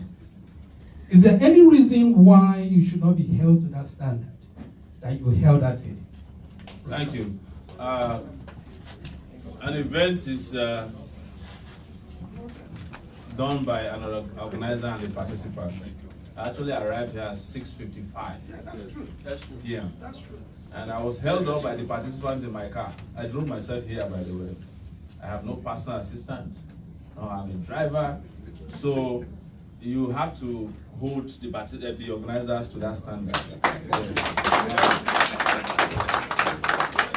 Thank you. Yes, next question. All right, thank you so much. The next question is going to be from Dr. Obilo. Thank you. As my brother here said, we thank you for the courage. I've been in this country now 40 years, and I've been a doctor. I'm the president of Nigeria Healthcare Foundation. I'm the chairman of Nigeria Medical Association in New Jersey. And I think everybody here knows who I am for what we're doing in Nigeria. July 6th, every year for the past 15 years, we go home, take care of those that have been neglected. For me, I get emotional when I think about my country and how bad that country has become. My question is that the voice you have now, how long this voice will continue? Is this voice, are we going to continue hearing the same voice, the same mind, the same expectation, or is going to be quenched by those who come around you and become the same character that you criticize? And the next question is that, how bad do you feel about the death rate of Nigerians? That we can't even have small hospitals to take care of our own. All the ministers come here to be treated, leaving the Nigerians to die. As you said, if you're on the plane, you see a lot of Nigerians coming here to have their baby. Every year, through me, at least I assist 30 women delivering in different hospitals here in the United States. So how can you change this scenario to be so that every Nigeria will benefit from those that have been neglected? Thank you very much. Thank you, Doc. I really, really appreciate you. And each time I see very sound individuals like you, I wonder what is wrong with Nigeria. How a country can be run by dumb people when they have very brilliant doctors like you. And that's the first thing that breaks my heart, first and foremost. My father-in-law is also a medical doctor. He retired last year. And one of the things he said he still has 10 more years to live because he's a surgeon. And I'm sure there are a lot of you like that. But Nigeria, the space to do good in Nigeria has closed down. If you go today to Nigeria and even go and give your expertise, your colleagues there will be the first to start attacking you or even arrange kidnappers to take care of you. That's how bad things are. About my voice has been like this for 30 years. I started at the University of Lagos as a student activist when it was not fashionable to be an activist. It was under military rule in 1989. I fought alongside the likes of Gani Fawemi, fought along the likes of Wole Soyinka, Femi Falana. I was expelled twice from the university. I spent 6 years at the University of Lagos instead of 4. I was attacked and almost killed in 1994. I went to jail, different parts of Nigeria, 8 different times. When I came to the US, I actually came first to check on my health. And after that, I went to study at Columbia University. And the reason I went to Columbia University, which was an Ivy League school, was that when I was at the University of Lagos, in Lagos, the authorities there claimed that I was not brilliant enough. That was the reason I was causing trouble, that I didn't want to go to class. So I had to come and prove here that I can compete globally. So there's nothing will happen to my voice. I am bringing the same vibrancy that you've seen since 1989. I've not changed.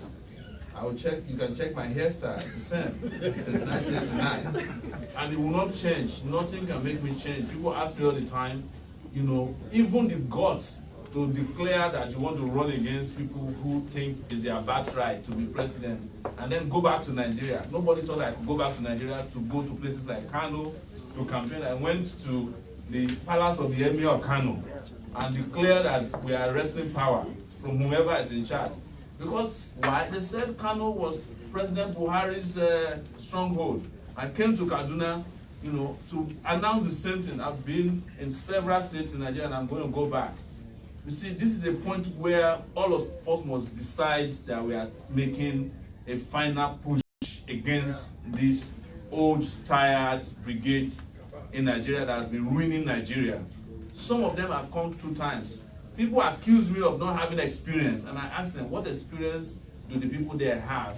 Experience in looting, assassination, killing, deception, and general mismanagement. That's the experience. We have voted for 2 people in Nigeria who were military leaders. We voted for them because they claimed that they were too young when they were in the military. That's why they made the mistakes. So we chose them when they said they were wiser. What did they leave Nigeria now? It left the country even worse than it was when they ran it, when they were younger. So the voice is going to be very clear as long as I'm living.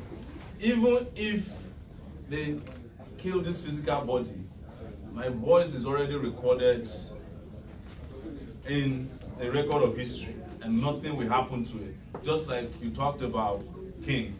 We listen to him every day and we get inspired because he has spoken and, you know, he has given us the life of his vision and convictions. And that is what I have tried to do, and I continue to do. I'm not in any way comparing myself to Malcolm X or Martin Luther King, but they inspire me.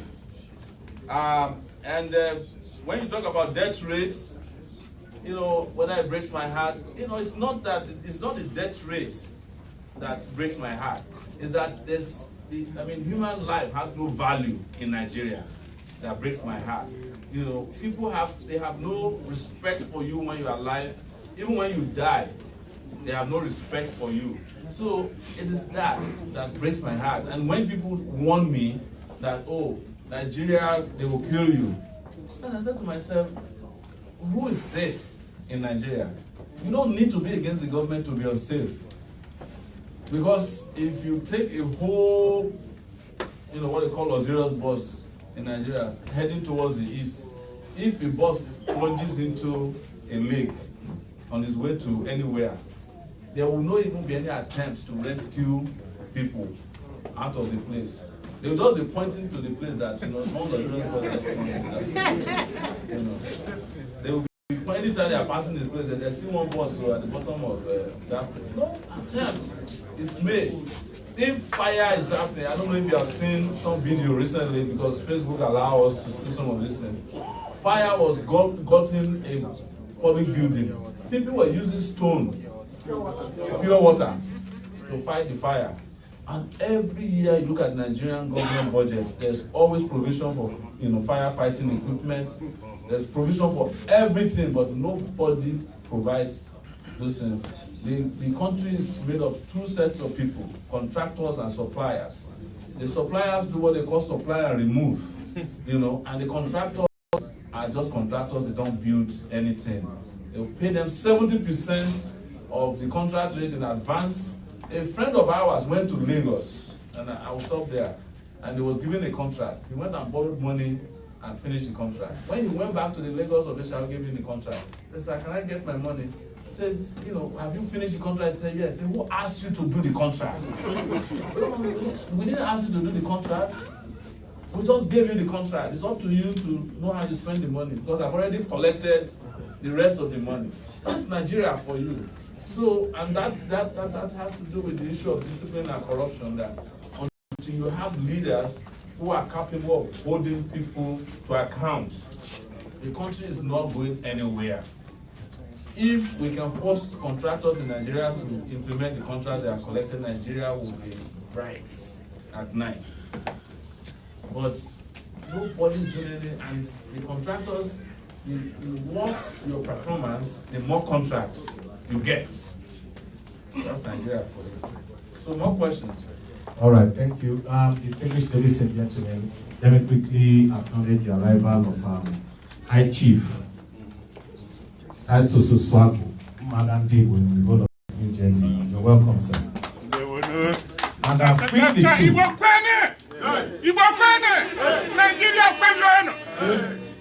All right, quickly, please. We thank you for your cooperation so far. Please, this is a live event. We are streaming live, and we will advise that we be quiet so that we don't interfere in it. Please, back to you, Friday. All right, thank you so much. I want to thank the audience for keeping the question under 1 minute. We really appreciate that. The next question is going to be from Mr. Philip, and the next one, Honorable Oliver, and the next one, Mr. Frank from Pennsylvania. It's under 1 minute, sir. Thank you. Thank you so much. My name is actually Felix Asupo. Not Philip. My name is Felix Asupo. I serve with the Essex County Sheriff's Office, which happens to be one of the busiest, or not one of the, it happens to be the busiest county in the state of New Jersey. And I'm also a member of the Essex County Democratic Committee, which happens to be the most powerful political organization in the state of New Jersey.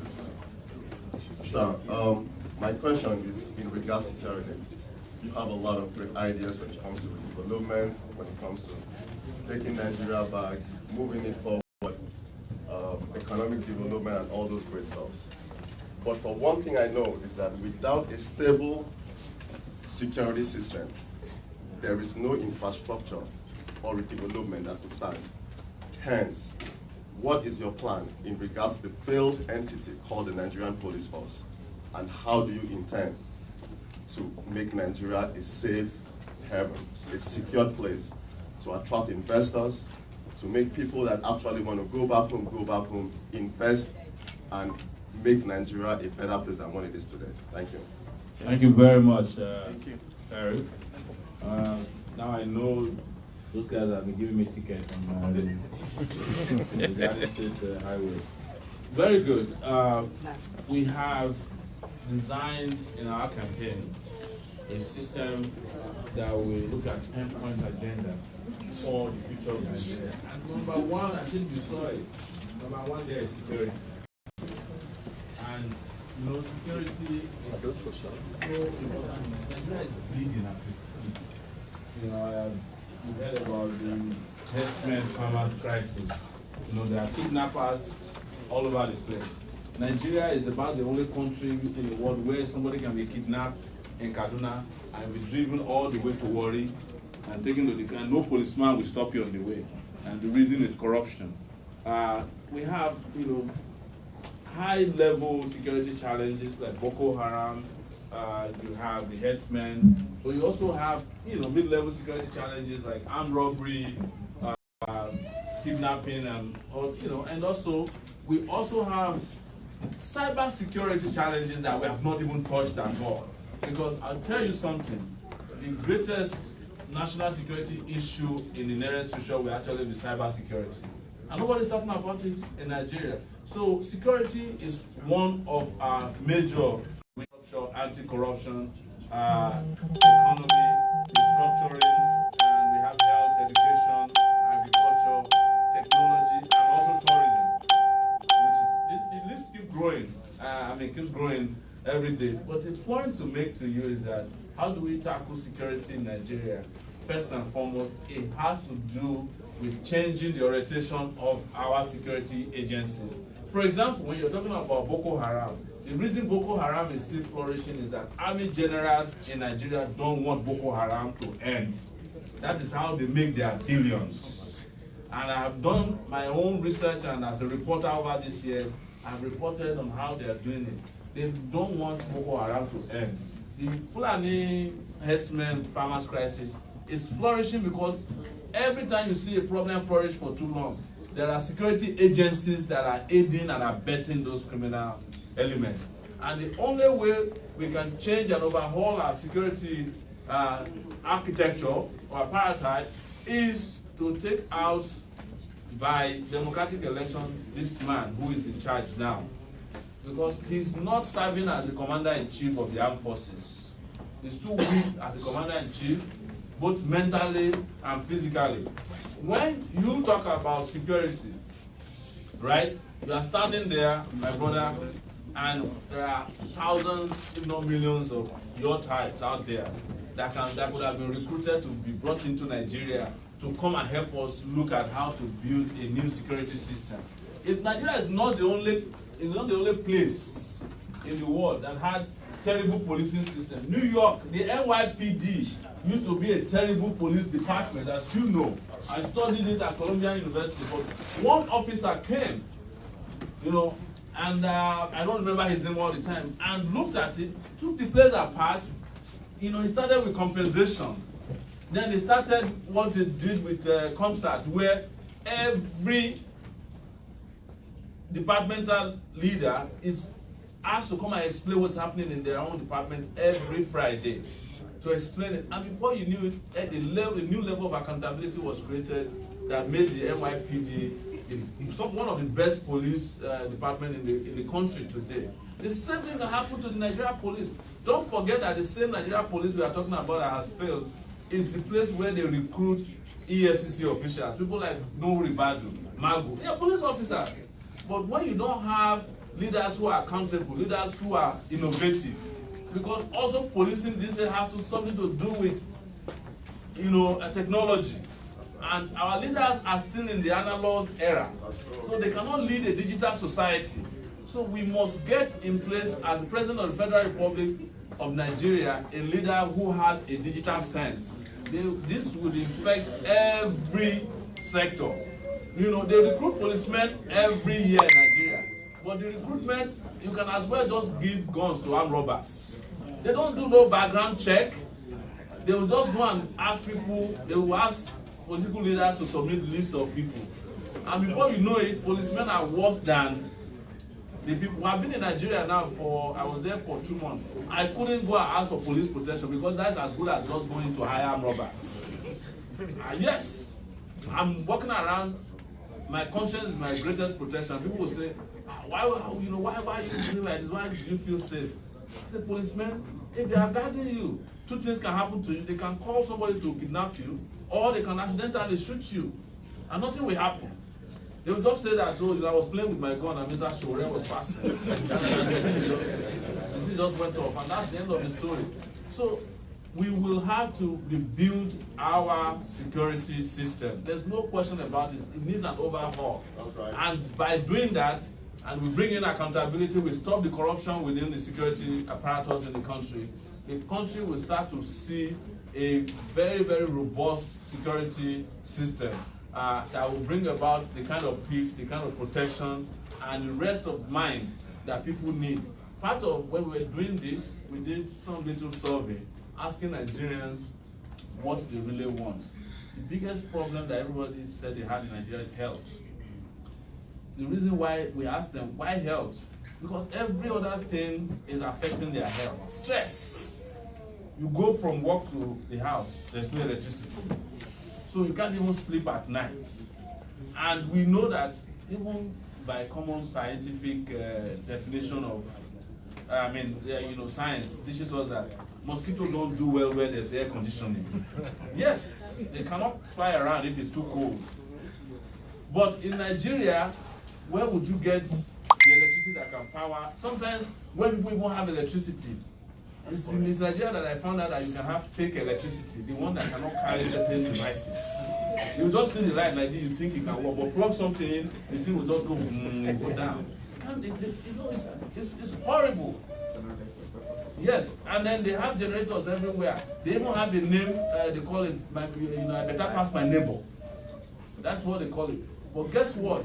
The reason you can't have electricity is that Nigerian leaders are also the ones importing the generators. So they can't be importing generators and making profit, and you expect them to allow electricity to happen. Whereas the rest of the world has gone even ahead with making renewable energy available. Like we're talking about solar. And with solar energy in the next few years, because they are building over 4,500 megawatts of electricity just from solar alone. What is northern Nigeria?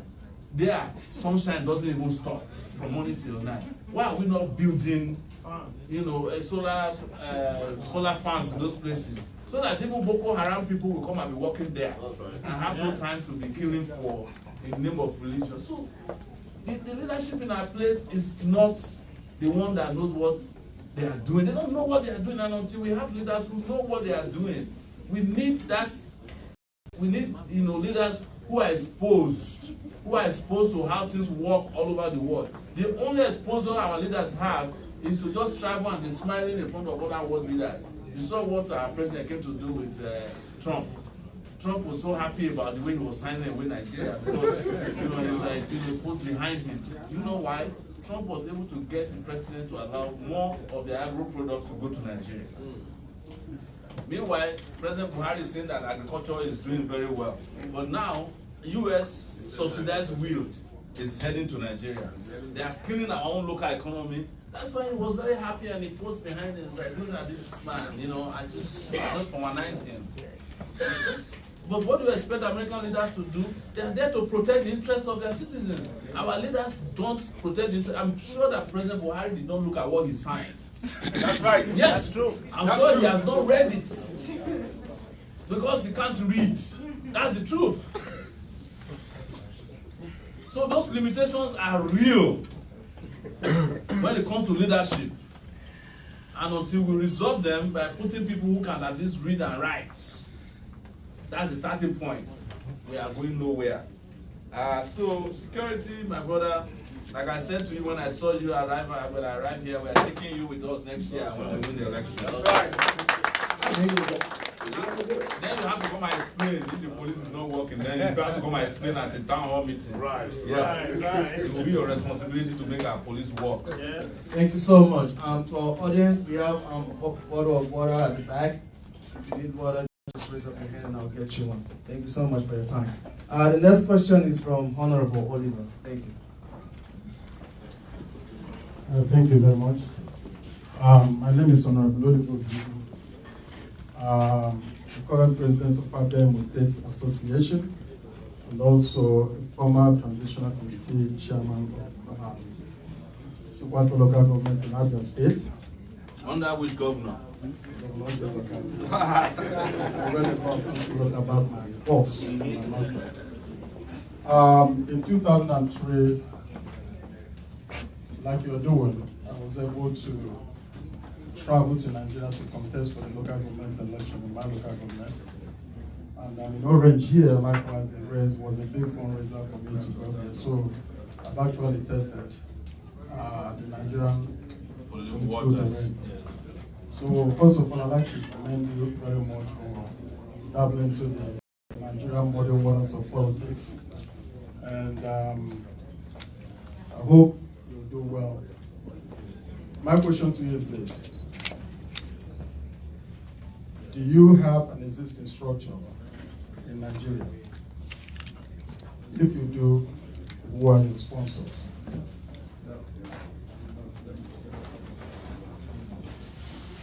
Thank you.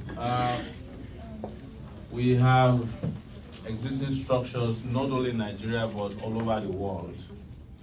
And as I mentioned, we have approached politics in a different manner this time around, in a revolutionary manner. So we are starting as a movement, and that movement has millions of people following it. For our sponsors, you all, what we did was also very revolutionary when we started, which is less than 3 months ago. We opened a GoFundMe account online. And that GoFundMe, by today, probably has reached about $43,000. People are paying into it and are using this opportunity to ask you to donate to us. It's the most transparent way we could approach the funding of the political movement in Nigeria.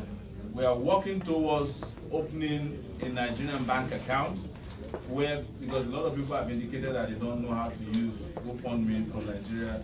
A lot of people also don't like GoFundMe because GoFundMe deducts a percentage of whatever we get. But what is interesting is that even with that little amount of money that has been generated so far, we have gone very far because we have come to this with a lot of political capital. What is here today is that the owner of this restaurant did not collect a dime from us. Yes.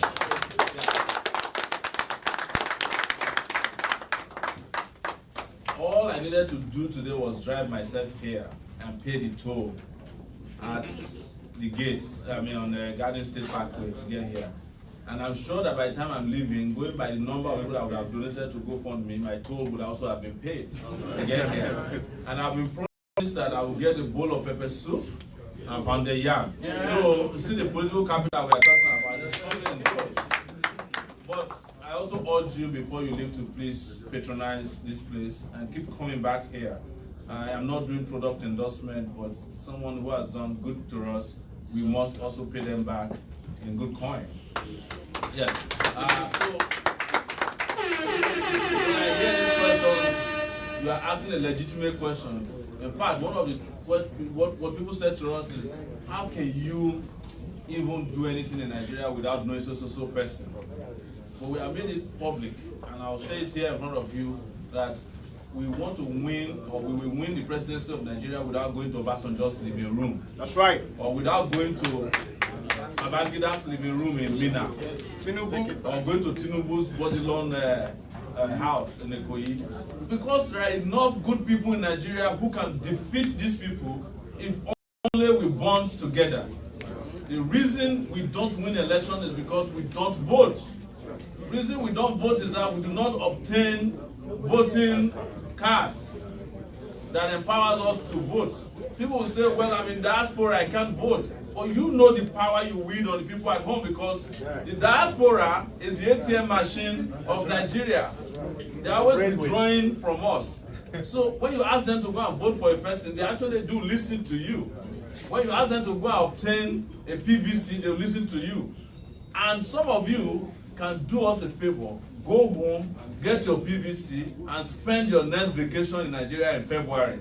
It's always warm in February, whereas it's cold over here. So go and enjoy the warmth in Nigeria and vote for the right candidate, canvass for the right candidate. There's also something that we cannot discountenance.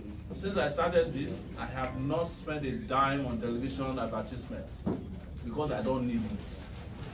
The reason is that I'm a social media operator.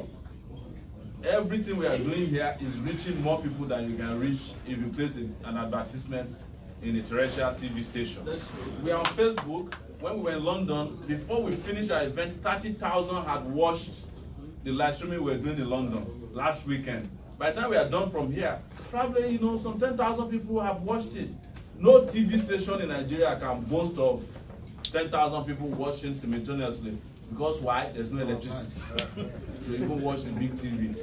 But you can charge your phone and keep it on with a little data, and you can watch what we are doing. So please, you can also help us by spreading this message on social media platforms. If I convince you, if I have convinced you, do not stay with it on your own.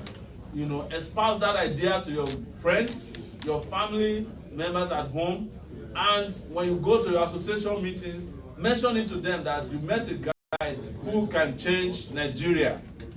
I do not, and I've not seen anybody since I've been campaigning who promised to vote for Buhari again. None. I'm not even sure that Buhari's wife will vote for him, because she has already indicated that she may not vote for him because of the cabal around him. That is the future that we must fight for in Nigeria, a future that guarantees justice, both electoral, economic, political, and all forms of injustice that have been done in Nigeria can be corrected once and for all. Are we saying that this is possible, that Nigeria will turn into a Dorado overnight? Of course not. But I said to people, if we cannot make Nigeria look like the US, we can at least make it look like Ghana. Yes.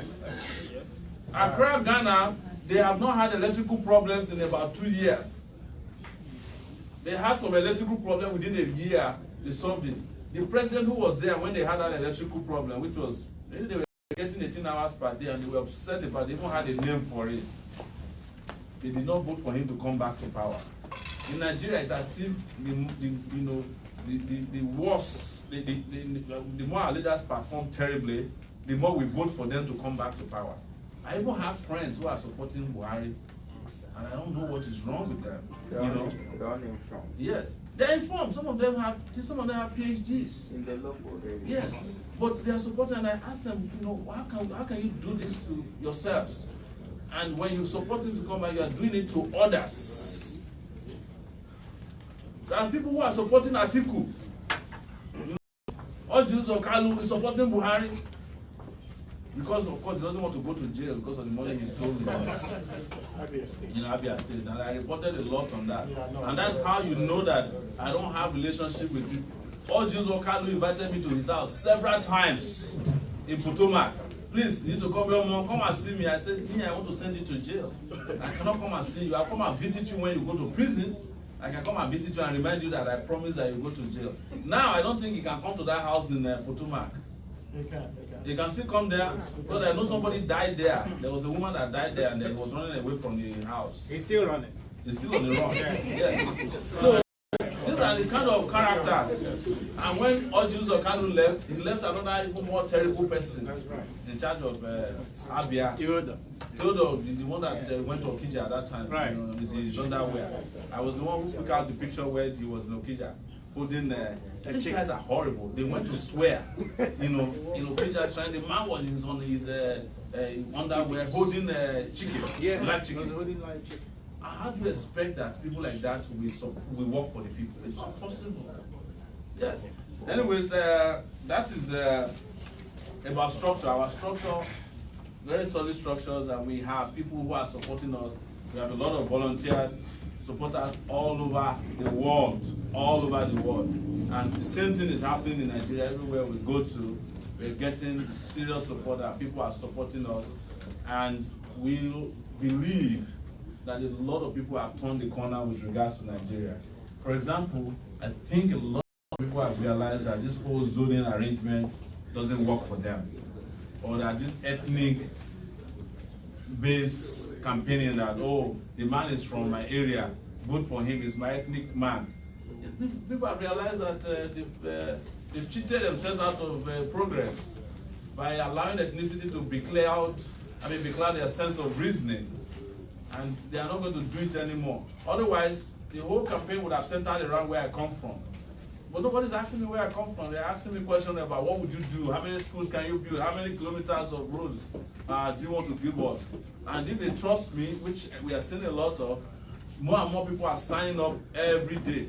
Let me ask you, when was the last time you saw this number of people, Nigerians, sit down to listen to anybody, that they didn't pay you to come? Or that you are not expecting something from the person when, because a lot of us will go to events like this hoping that maybe we can get a contract at home. And it's very important to say that it's not everybody in diaspora that has good intention too. A lot of them go from here, they are worse than people at home. Please, that's what I want to do. Yes. So this is about character. We'll take next question. Thank you so much. Our next question is going to be from Mr. Frank. Mr. Frank drove all the way from Pennsylvania. For our viewers watching us on We4We TV and all social media, Pennsylvania is like an hour from New Jersey or to New Jersey. We're going to take a question from Mr. Frank, and then Engineer Chief Mike, Honorable Victor Ibeka.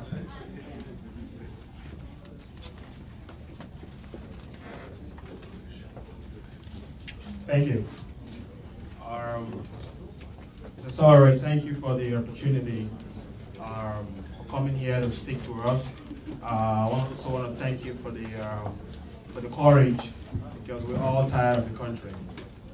Personally, I know how many, it's as if I'm shouldering the whole village. When you spend $5 grand every month, it's not fun. So my question for you is this: in 2015, I'm an active social media person, debated very well, rigorously, against the current president. And I used to read a lot of Sahara Reporting, and I saw a lot of your campaign against the past president, Jonathan. And I was a little taken aback about it, given the fact that Buhari was in a very,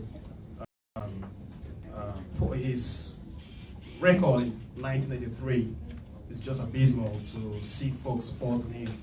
Kind of, it was a very, the social media was the echo chamber, it was very tough. But eventually he won, and what we predicted actually happened today, which is one of the reasons why I don't read Sahara again. When I saw you coming to presidency, I was a little bit, I said, no way.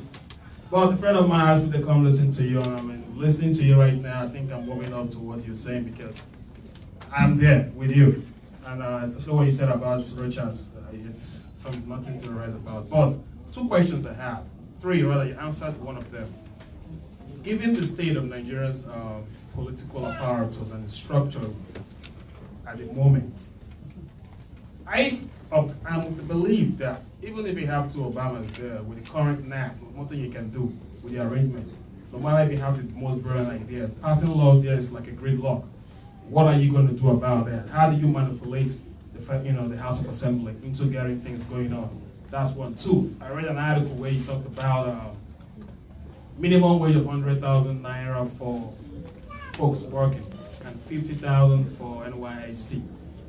Personally, given how current companies in Nigeria pretty much trying to stay above the water, how do you expect to make that happen?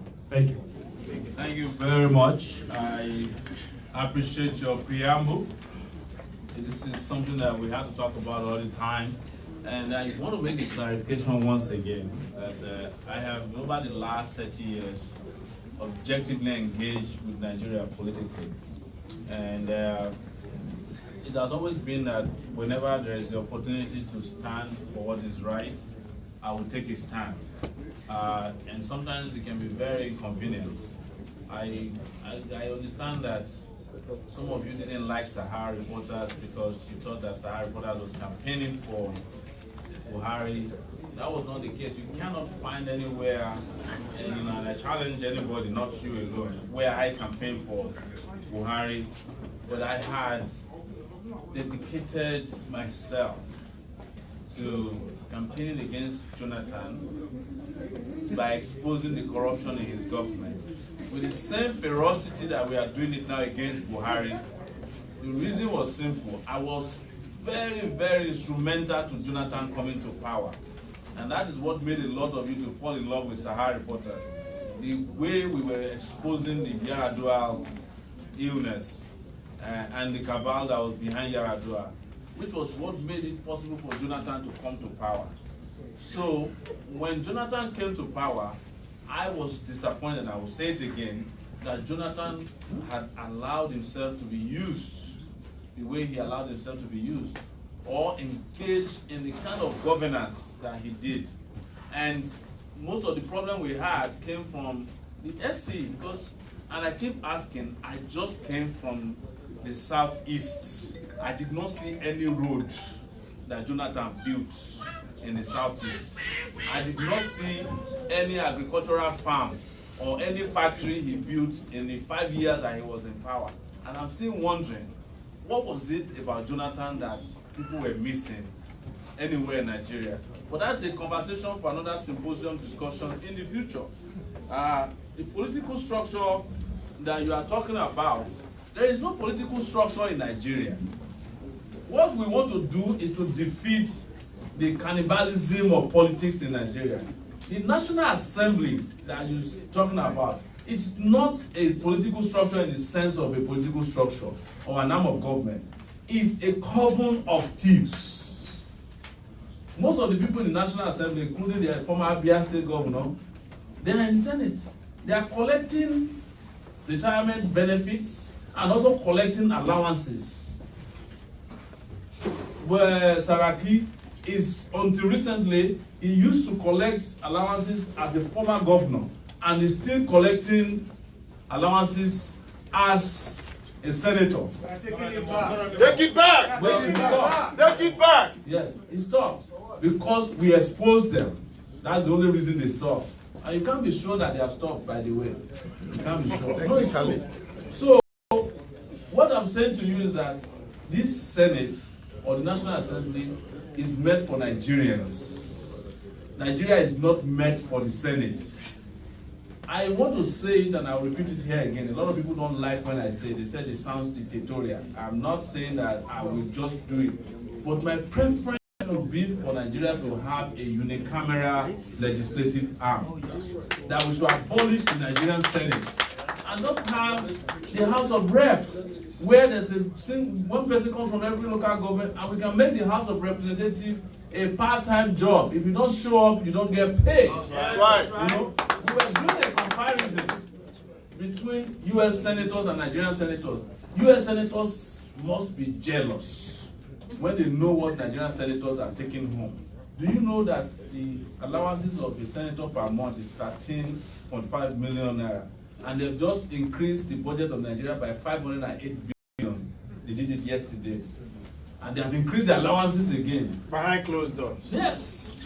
And that the allowances that they have increased, if you are a civil servant in Nigeria and you are receiving 300,000 naira per month, in 35 years, you cannot earn the equivalent of the allowances of a senator. Child. This is, you can go and do your research. It is sinful, and that is not the only thing they do. They also collect the salary. Most of them don't even go near their salary account because it's like 750,000 naira per month. That one is chicken change. But they have 200 million allocated to them as constituency projects per senator and also House of Rep member. And after that, they do what they call oversight functions to ministries, departments, and agencies. That is the biggest extortion of all time. It's an extortion racket. So why do we need these people? We don't need them. What Nigerians should do is face them in the next election. Make sure that all of these guys are made to lose elections in their various constituencies. The only way we can change the way they behave is to elect responsible people. So as I'm putting myself forward as a candidate to change Nigeria, there are also senators. And those of you who have decided, you can step up here and also go home with us and run for office. And we'll come and campaign for you. Because we have the movement that can make it happen. If we say that we trust this person and we present you, we'll go and campaign for you anywhere. There's nowhere that I cannot go and campaign in Nigeria. Let me tell you, the greatest fallacy of all time that politicians tell about Nigeria is that Nigeria is complex to govern. And that Nigeria is also big. Nigeria is not big. Nigeria, you can travel to one end of Nigeria and come back the same day. And you still have time to do other things. There's nowhere in Nigeria that you cannot fly to in 1 hour, 30 minutes. That's right. That's true. Lagos to Maiduguri is the furthest. This US, you fly from the East Coast to the 6 hours, you still haven't arrived there. People who will be going to London will arrive before you arrive. But yet, there's a highway connecting the East Coast to the West Coast. What is it called? I-95. So, but there's no highway that connects one village to the other in Nigeria. So, but bozos will be telling you that Nigeria is a complex country to govern. If it's so complex to govern, why do we even govern the place in the first place? We have just left it to the colonial masters to be managing. So this is a lie they tell you all the time. The same thing they will tell you of states, that states are complex to govern. But go and look at what the state governors are stealing.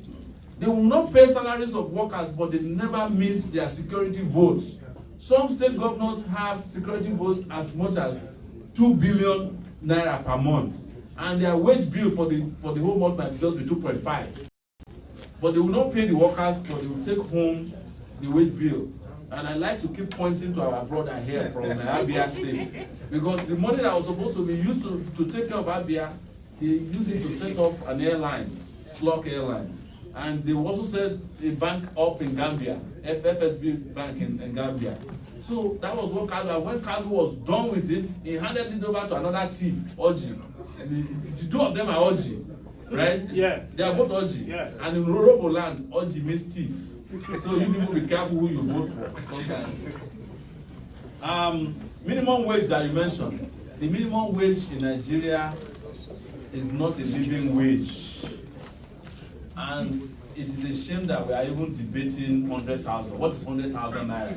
100,000 naira is equivalent of how much in $200. Is there any one of you here who can survive on $200 a week? That is the truth. But you can say that the U.S. economy is big. But here is how the US calculates its minimum wage. If you work in New York, and I have worked in the US for 19 years, and my first job was paying me $7.25. I was a security guard then, 1990. I had a fire license in those days. You know, I was a very good security guard. And I was working in a store, and you discover that your first hour of work can buy you a bagel, can buy you your coffee, and also the card, the travel card, Metro card. And you will still have about $3 left. That's your first hour of work in New York, when the minimum wage was $7.25. Today, I think it's even higher. Minimum wage in New York has gone further. The minimum wage in Nigeria is $49. No, $49. Let's say $50. What that does to people is that first, there is no incentive to work. Simple. An average worker in Nigeria has other jobs. If you go to a government office, it's like a shop. They are selling clothes. They are selling anything. Some people will bring yam and be selling in the office because their wages cannot support them. So it's not a living wage. South Africa just increased their minimum wage to 3,500 rands 3 weeks ago. But the Nigerian economy is bigger than the South African economy, even by world standard. So our minimum wage right now is a crime against humanity. But let me break down the minimum wage story to you. In Nigeria, when people earn more, they empower the local economy and it has multiplier effect. They are producing some of the best shoes in Aba, but nobody cares about it. We prefer to go to Italy. Sure. Go and buy their nonsense. Right? But guess what? If a worker is collecting 100,000, he will want to buy shoes. He will go to Aba. The man in Aba who is producing the shoe will be forced to hire more people to produce more shoes because now workers are buying more shoes. Workers are buying more clothes. So you create a local economy that will be booming. Because somebody who has 100,000 naira is not sending it to you in America. But it will put less pressure on you. You are spending $5,000 every month, you said, just now, to support people at home. If the minimum wage is increased, that your $5,000 you are spending, you will spend less. Because when people have living wage, they also get dignity and pride. Not many people love to ask for money from abroad, from you. But when they have no option, they have to beg you to send them money. If they can earn some little thing, nobody wants to debase himself because we know what goes with the 5,000 we send, you know. We would have abused them. Don't call me again. I know this last time I'm sending you money. Those kind of interaction is what we have when we're sending money home. But you look at it, when America has economic problems, what do? They invest in their people. When there was a recession in America under Obama, what did they? They invested. They even gave loans to companies. They gave loans and grants to airlines. You know, that was how Ford got revived. But in Nigeria, anytime we have economic problem, we take money away from our people. Suddenly, we'll be moving the money to Dubai. What do you think is making the Dubai economy or the UAE economy buoyant? It's Nigerian money. What is making, you just mentioned here that 30 women come here and deliver. Maybe you are doing it for free. Some people don't do it for free. Yes, they will bring money with it. You know, some people are even arranging it. Maybe you are doing it as a humanitarian. But all those things are monies that are taken from India. Receives 2 billion naira from Nigeria. Minimum wage that we are proposing to pay to Nigerians is to take the wealth from people who are stealing it and give it to people who need it. Nigeria's economy has been funding the greedy. It is time that it starts to take care of its needy. Take it! Take it! So that's our position on minimum wage. Minimum wage is actually not enough. Yes. But what do you find out about Nigeria? When we did the calculation about minimum wage, it will add $1.5 billion to the wage bill. But it will cost us less. Do you know another problem? 21% of the Nigerian workforce, they are ghost workers. but we can use technology to purge the civil service. And that 21% will save. Federal workers are also soldiers who are dying, at war front against Boko Haram. Do you actually want to be a soldier who is dying for $49, for your country? Probably not. So you have to incentivize workers if you want to have a functioning, modern civil service. And it's not going to be with $49. Nigeria has one of the least paid workers in the African sub-region, in the sub-Saharan region, when it comes to minimum wage. The only other countries that are paying less than Nigeria or about Nigeria's rates is South Sudan, Sierra Leone, and Liberia. Countries that just passed through war. I mean, I will agree with you that Nigeria is still at war, against the elites fighting its people. But it's just unconscionable that we are paying the kind of minimum wage that we are paying when somebody can steal $3 billion and nothing will happen. Thank you so much. If you are the owner of Mazda U23FKF, please move your car. It's a Mazda car. Thank you. I would like to remind our viewers here and all over the world over social media that this is a town hall meeting with one of the 2019 Nigerian presidential aspirant, and it's been held in New Jersey. The next question is going to be from Chief Mike. Good evening. All media, thank you very much for bringing people like us out. This time I don't come out so late anymore because I've been out there for too long. I was here for 40 years and I'm still here. And I've been in government for 30 years. U.S. government? U.S. government for 30 years. I'm going to end it this year. Amen. Amen. I've been in political field for a long time, before most Nigerians, and some of us are getting tired. My brother, my advice to you, please, from the first question they asked you, you said there are so many parties in Nigeria, but you didn't pinpoint one. If you ask me to contribute money to a man who doesn't have one party, I won't do it, personally. I'm not talking about another person. Next time you come, tell us you are running from ADC, PPHF. It will sound better. If I live here and they ask me, where are you coming from? I say, I went to see a man who's running for president. From which party? He doesn't have a party. It looks like I'm telling a story. Please, it's an advice. You have very good ideas. The ideas are very nice. I like it. You are talking from somebody who have come from the United States. But if you continue this idea, it's very nice to develop Nigeria, but a lot of people will get scared of you in Nigeria. You may not believe it. I've been around all these people. I'm with them every day. I was supposed to have been home with the Jonathan. I'm a PDP man. If Jonathan had come back by now, I would have waved the flag. So my advice, mellow it down. What you are saying is nice, but don't say most of this is in Nigeria. If a PDP man who is feeding his children from his Jonathan's pocket, continue to say this thing, before you finish, this place will be empty. Please, thank you. Thank you. Who do what? I'm actually. I'm sorry.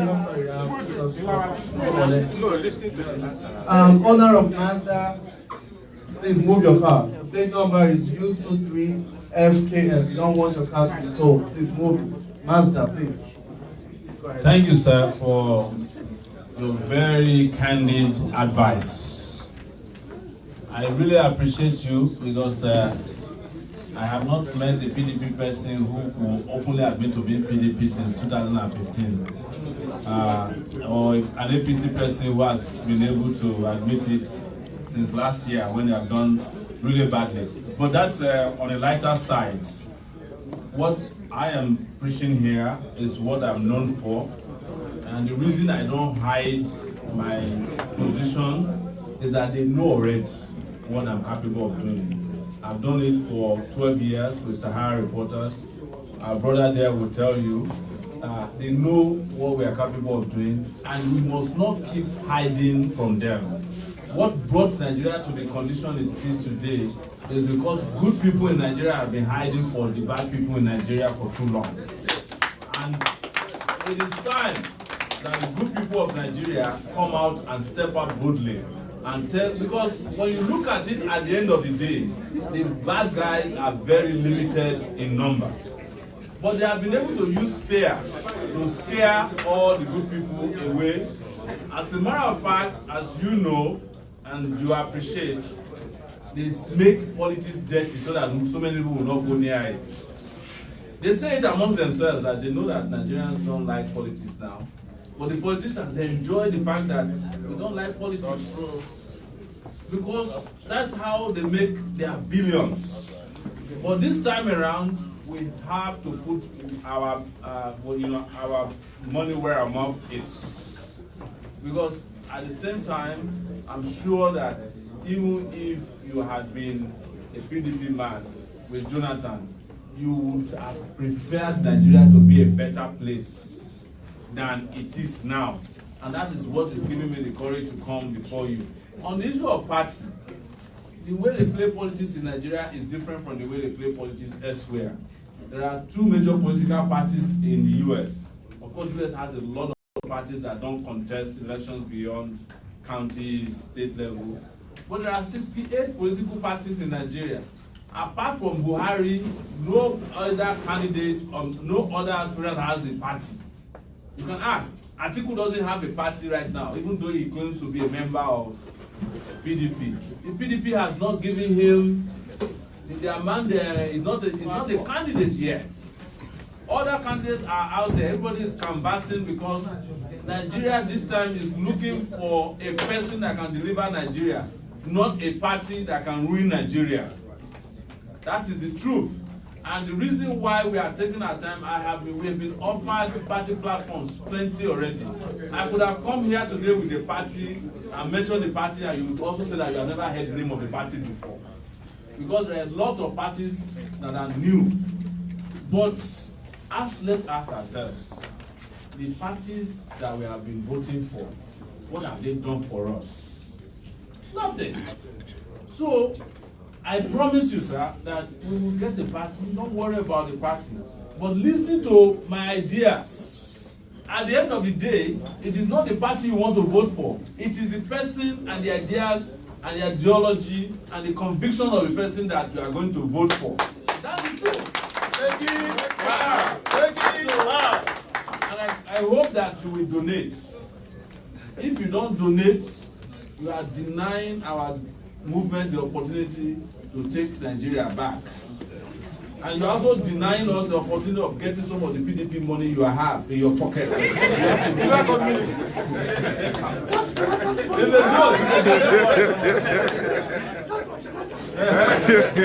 Thank you so much. Thank you. All right, thank you so much. The next question is going to be from the Deputy Mayor of Newark, Deputy Mayor Ugochukwu Nwokoro. Round of applause for him, please. Put your hands together. My brother, well, you already know how I feel about you. So, but just to add to what Dr. Obilo, the eminent Charlie Chike is the attorney, for the courage. It's not easy to dabble into Nigerian politics. But just today, before I left my office, I was trying to see some of your videos about these politics. And then I came across a Channel TV interview of Babangida. And the interviewer was asking him about, that he actually started this thing about the unity of Nigeria is sacrosanct, cannot be talked about, cannot be discussed. That's Babangida's position. Yes. So regardless of what you say or about Nigeria, you can't talk about Nigeria being divided. Yes. So, and then he said that you can't do that. And the interviewer asked him why. He said it's not fair to those Nigerians, about between 2 to 3 million Nigerians that died during the Nigerian-Biafran Civil War. And I asked, I'm like, you only answered one part of that question. What about those Southeasterners? Almost between 6 to 8 million Southeasterners that died during the same war, running away from Nigeria. If you continue to not discuss the same issues that they died for, is it fair? Also, when you answer whether it's fair or not, what is your position? How do you solve that problem? The problems that have continued to come up every time. Everybody knows what happened last year, and it's still happening with the IPOB and the secession movement. So I just want to hear your answer. Thank you. Thank you. As I have mentioned, and I'll keep saying,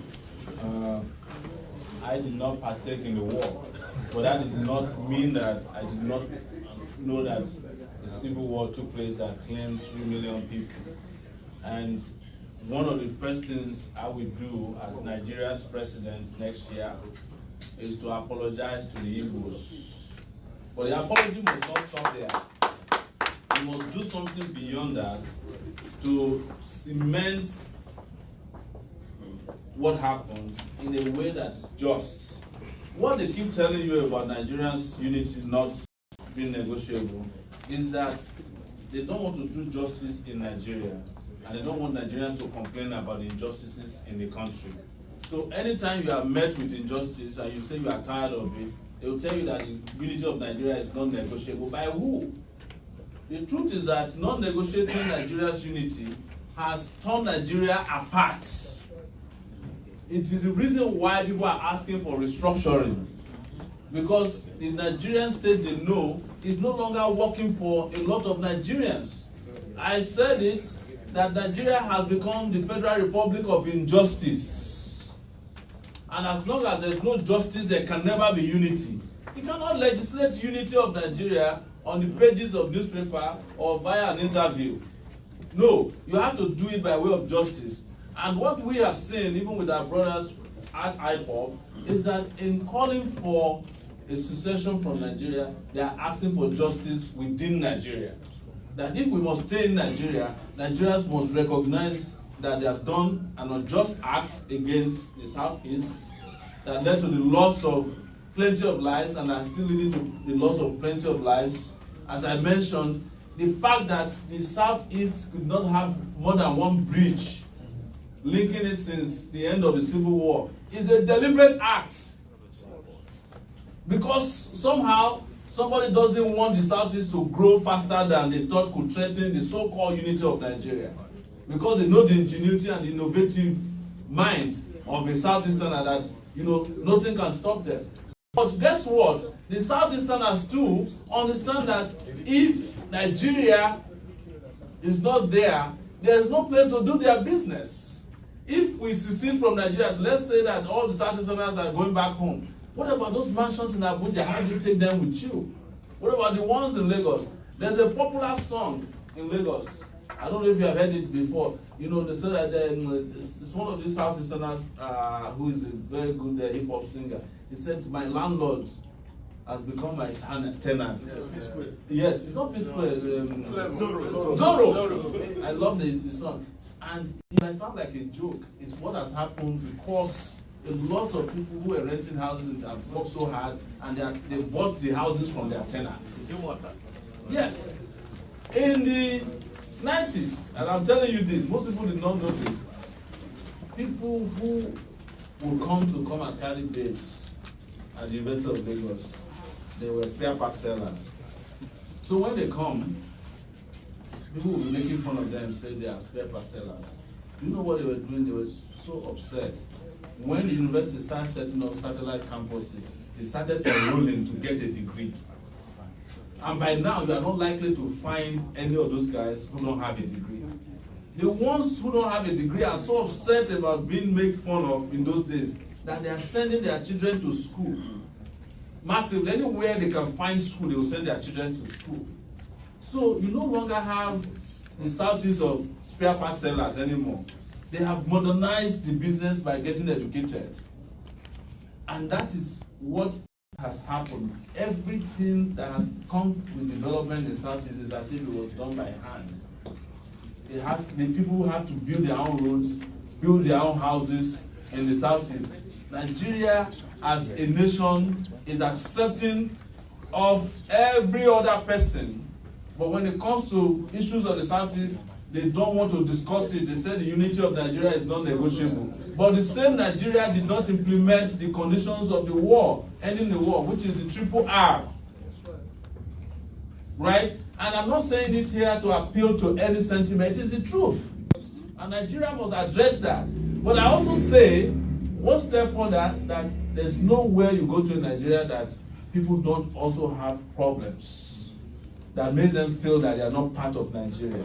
The Niger Delta region, where all of the oil money is coming from, is it not the same thing? When they had problem, you know, Kensaruwa went there and said, let's resolve the problem. They sacrificed Kensaruwa to oil companies. And now look at what we are paying for it. If the next election is held, Buhari doesn't have 12 million votes anymore because there's nobody who is voting for him in Plateau State. That's right. Nobody who is voting for him in Southern Kaduna. Nobody voting for him in Benue. Nobody voting for him in a lot of parts of Taraba. And certainly he's not getting any votes from the Southeast or the South-South or the Southwest that I know. So where is he going to get the 12 million votes from? It's because deliberately they have allowed a lot of crises to fester because of this nonsense about Nigeria's unity is non-negotiable. But what is left of the Nigerian flag? It's torn. It's bloodied. That is the truth. I'm saying this because for me this is a moment of truth, and this is what is going to guide the engagement with the future of Nigeria going forward. I support restructuring. Do I want Nigeria to break up? No. Yeah. And the reason I don't want Nigeria to break up is that if I can have the whole of Africa as one country, I will take it. The beauty of America today is hugeness. It's unity. Unity. Not unity. America's unity is also negotiable with diversity. And because it's a federal state. But why is it that the Hausa man and the Igbo man and Yoruba man get along in New Jersey? It's because on Friday you get paid your salary, or you can live wherever you want to live. But if we had to be dealing with poverty and other things, then we'll be having problems even with Palestinians, we'll be having problems with your neighbors who are Italians, you'll be having problems with everybody in the US. Because in this area alone, there's no country in the world, there's no tribe in the world that's not represented in New York City. Well, why is it that we can get along, and in Nigeria we can't get along? It's because there's no economic justice, there's no political justice, there's no cultural justice, there's no justice, period. And until we address those things holistically and fundamentally, even our constitution is a fraud put together by the military. And they inserted a fraudulent word there and said, we the people of Nigeria. Which people of Nigeria was there when they made the constitution? Was it you or me? And when they talk about restructuring, my problem with restructuring is that we are not represented on the table of restructuring. It's the same old people who have been using the restructuring Nigeria into their pockets. The moment they lose out of the election, they start shouting restructuring. That's not the kind of restructuring we need. Anybody who says that Buhari is too old to rule Nigeria is also too old to restructure Nigeria. That's the position. We know all these people. Let the Nigerian people come and discuss the future of Nigeria. One of the things we need to do within the first 4 years of our coming together is to find a way to fashion out even a new constitution for Nigeria. And we don't have to dissolve Nigeria to get a new constitution. What it means is that the constitution will deal with even areas that are not handled right now. For example, you know, in where we live here, every town, every city has a police department. We can have it in Nigeria too. Right? Yes.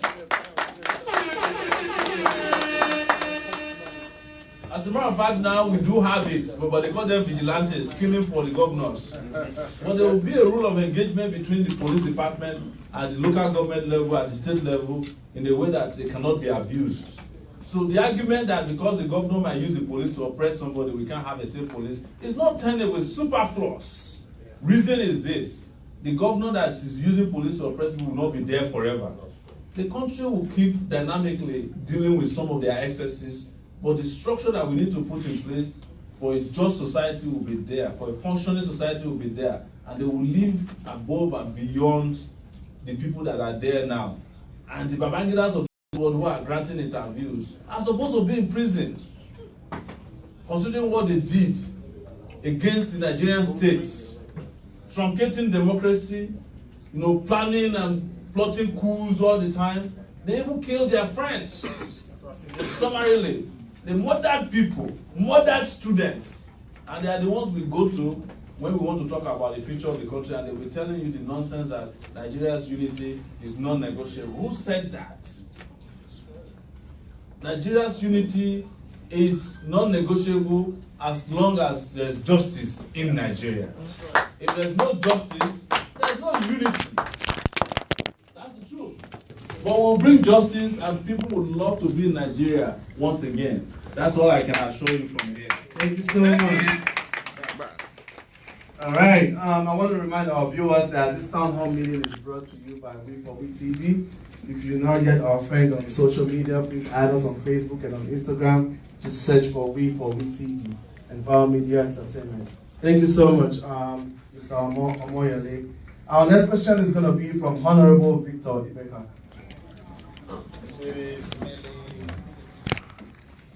Thank you very much, Friday.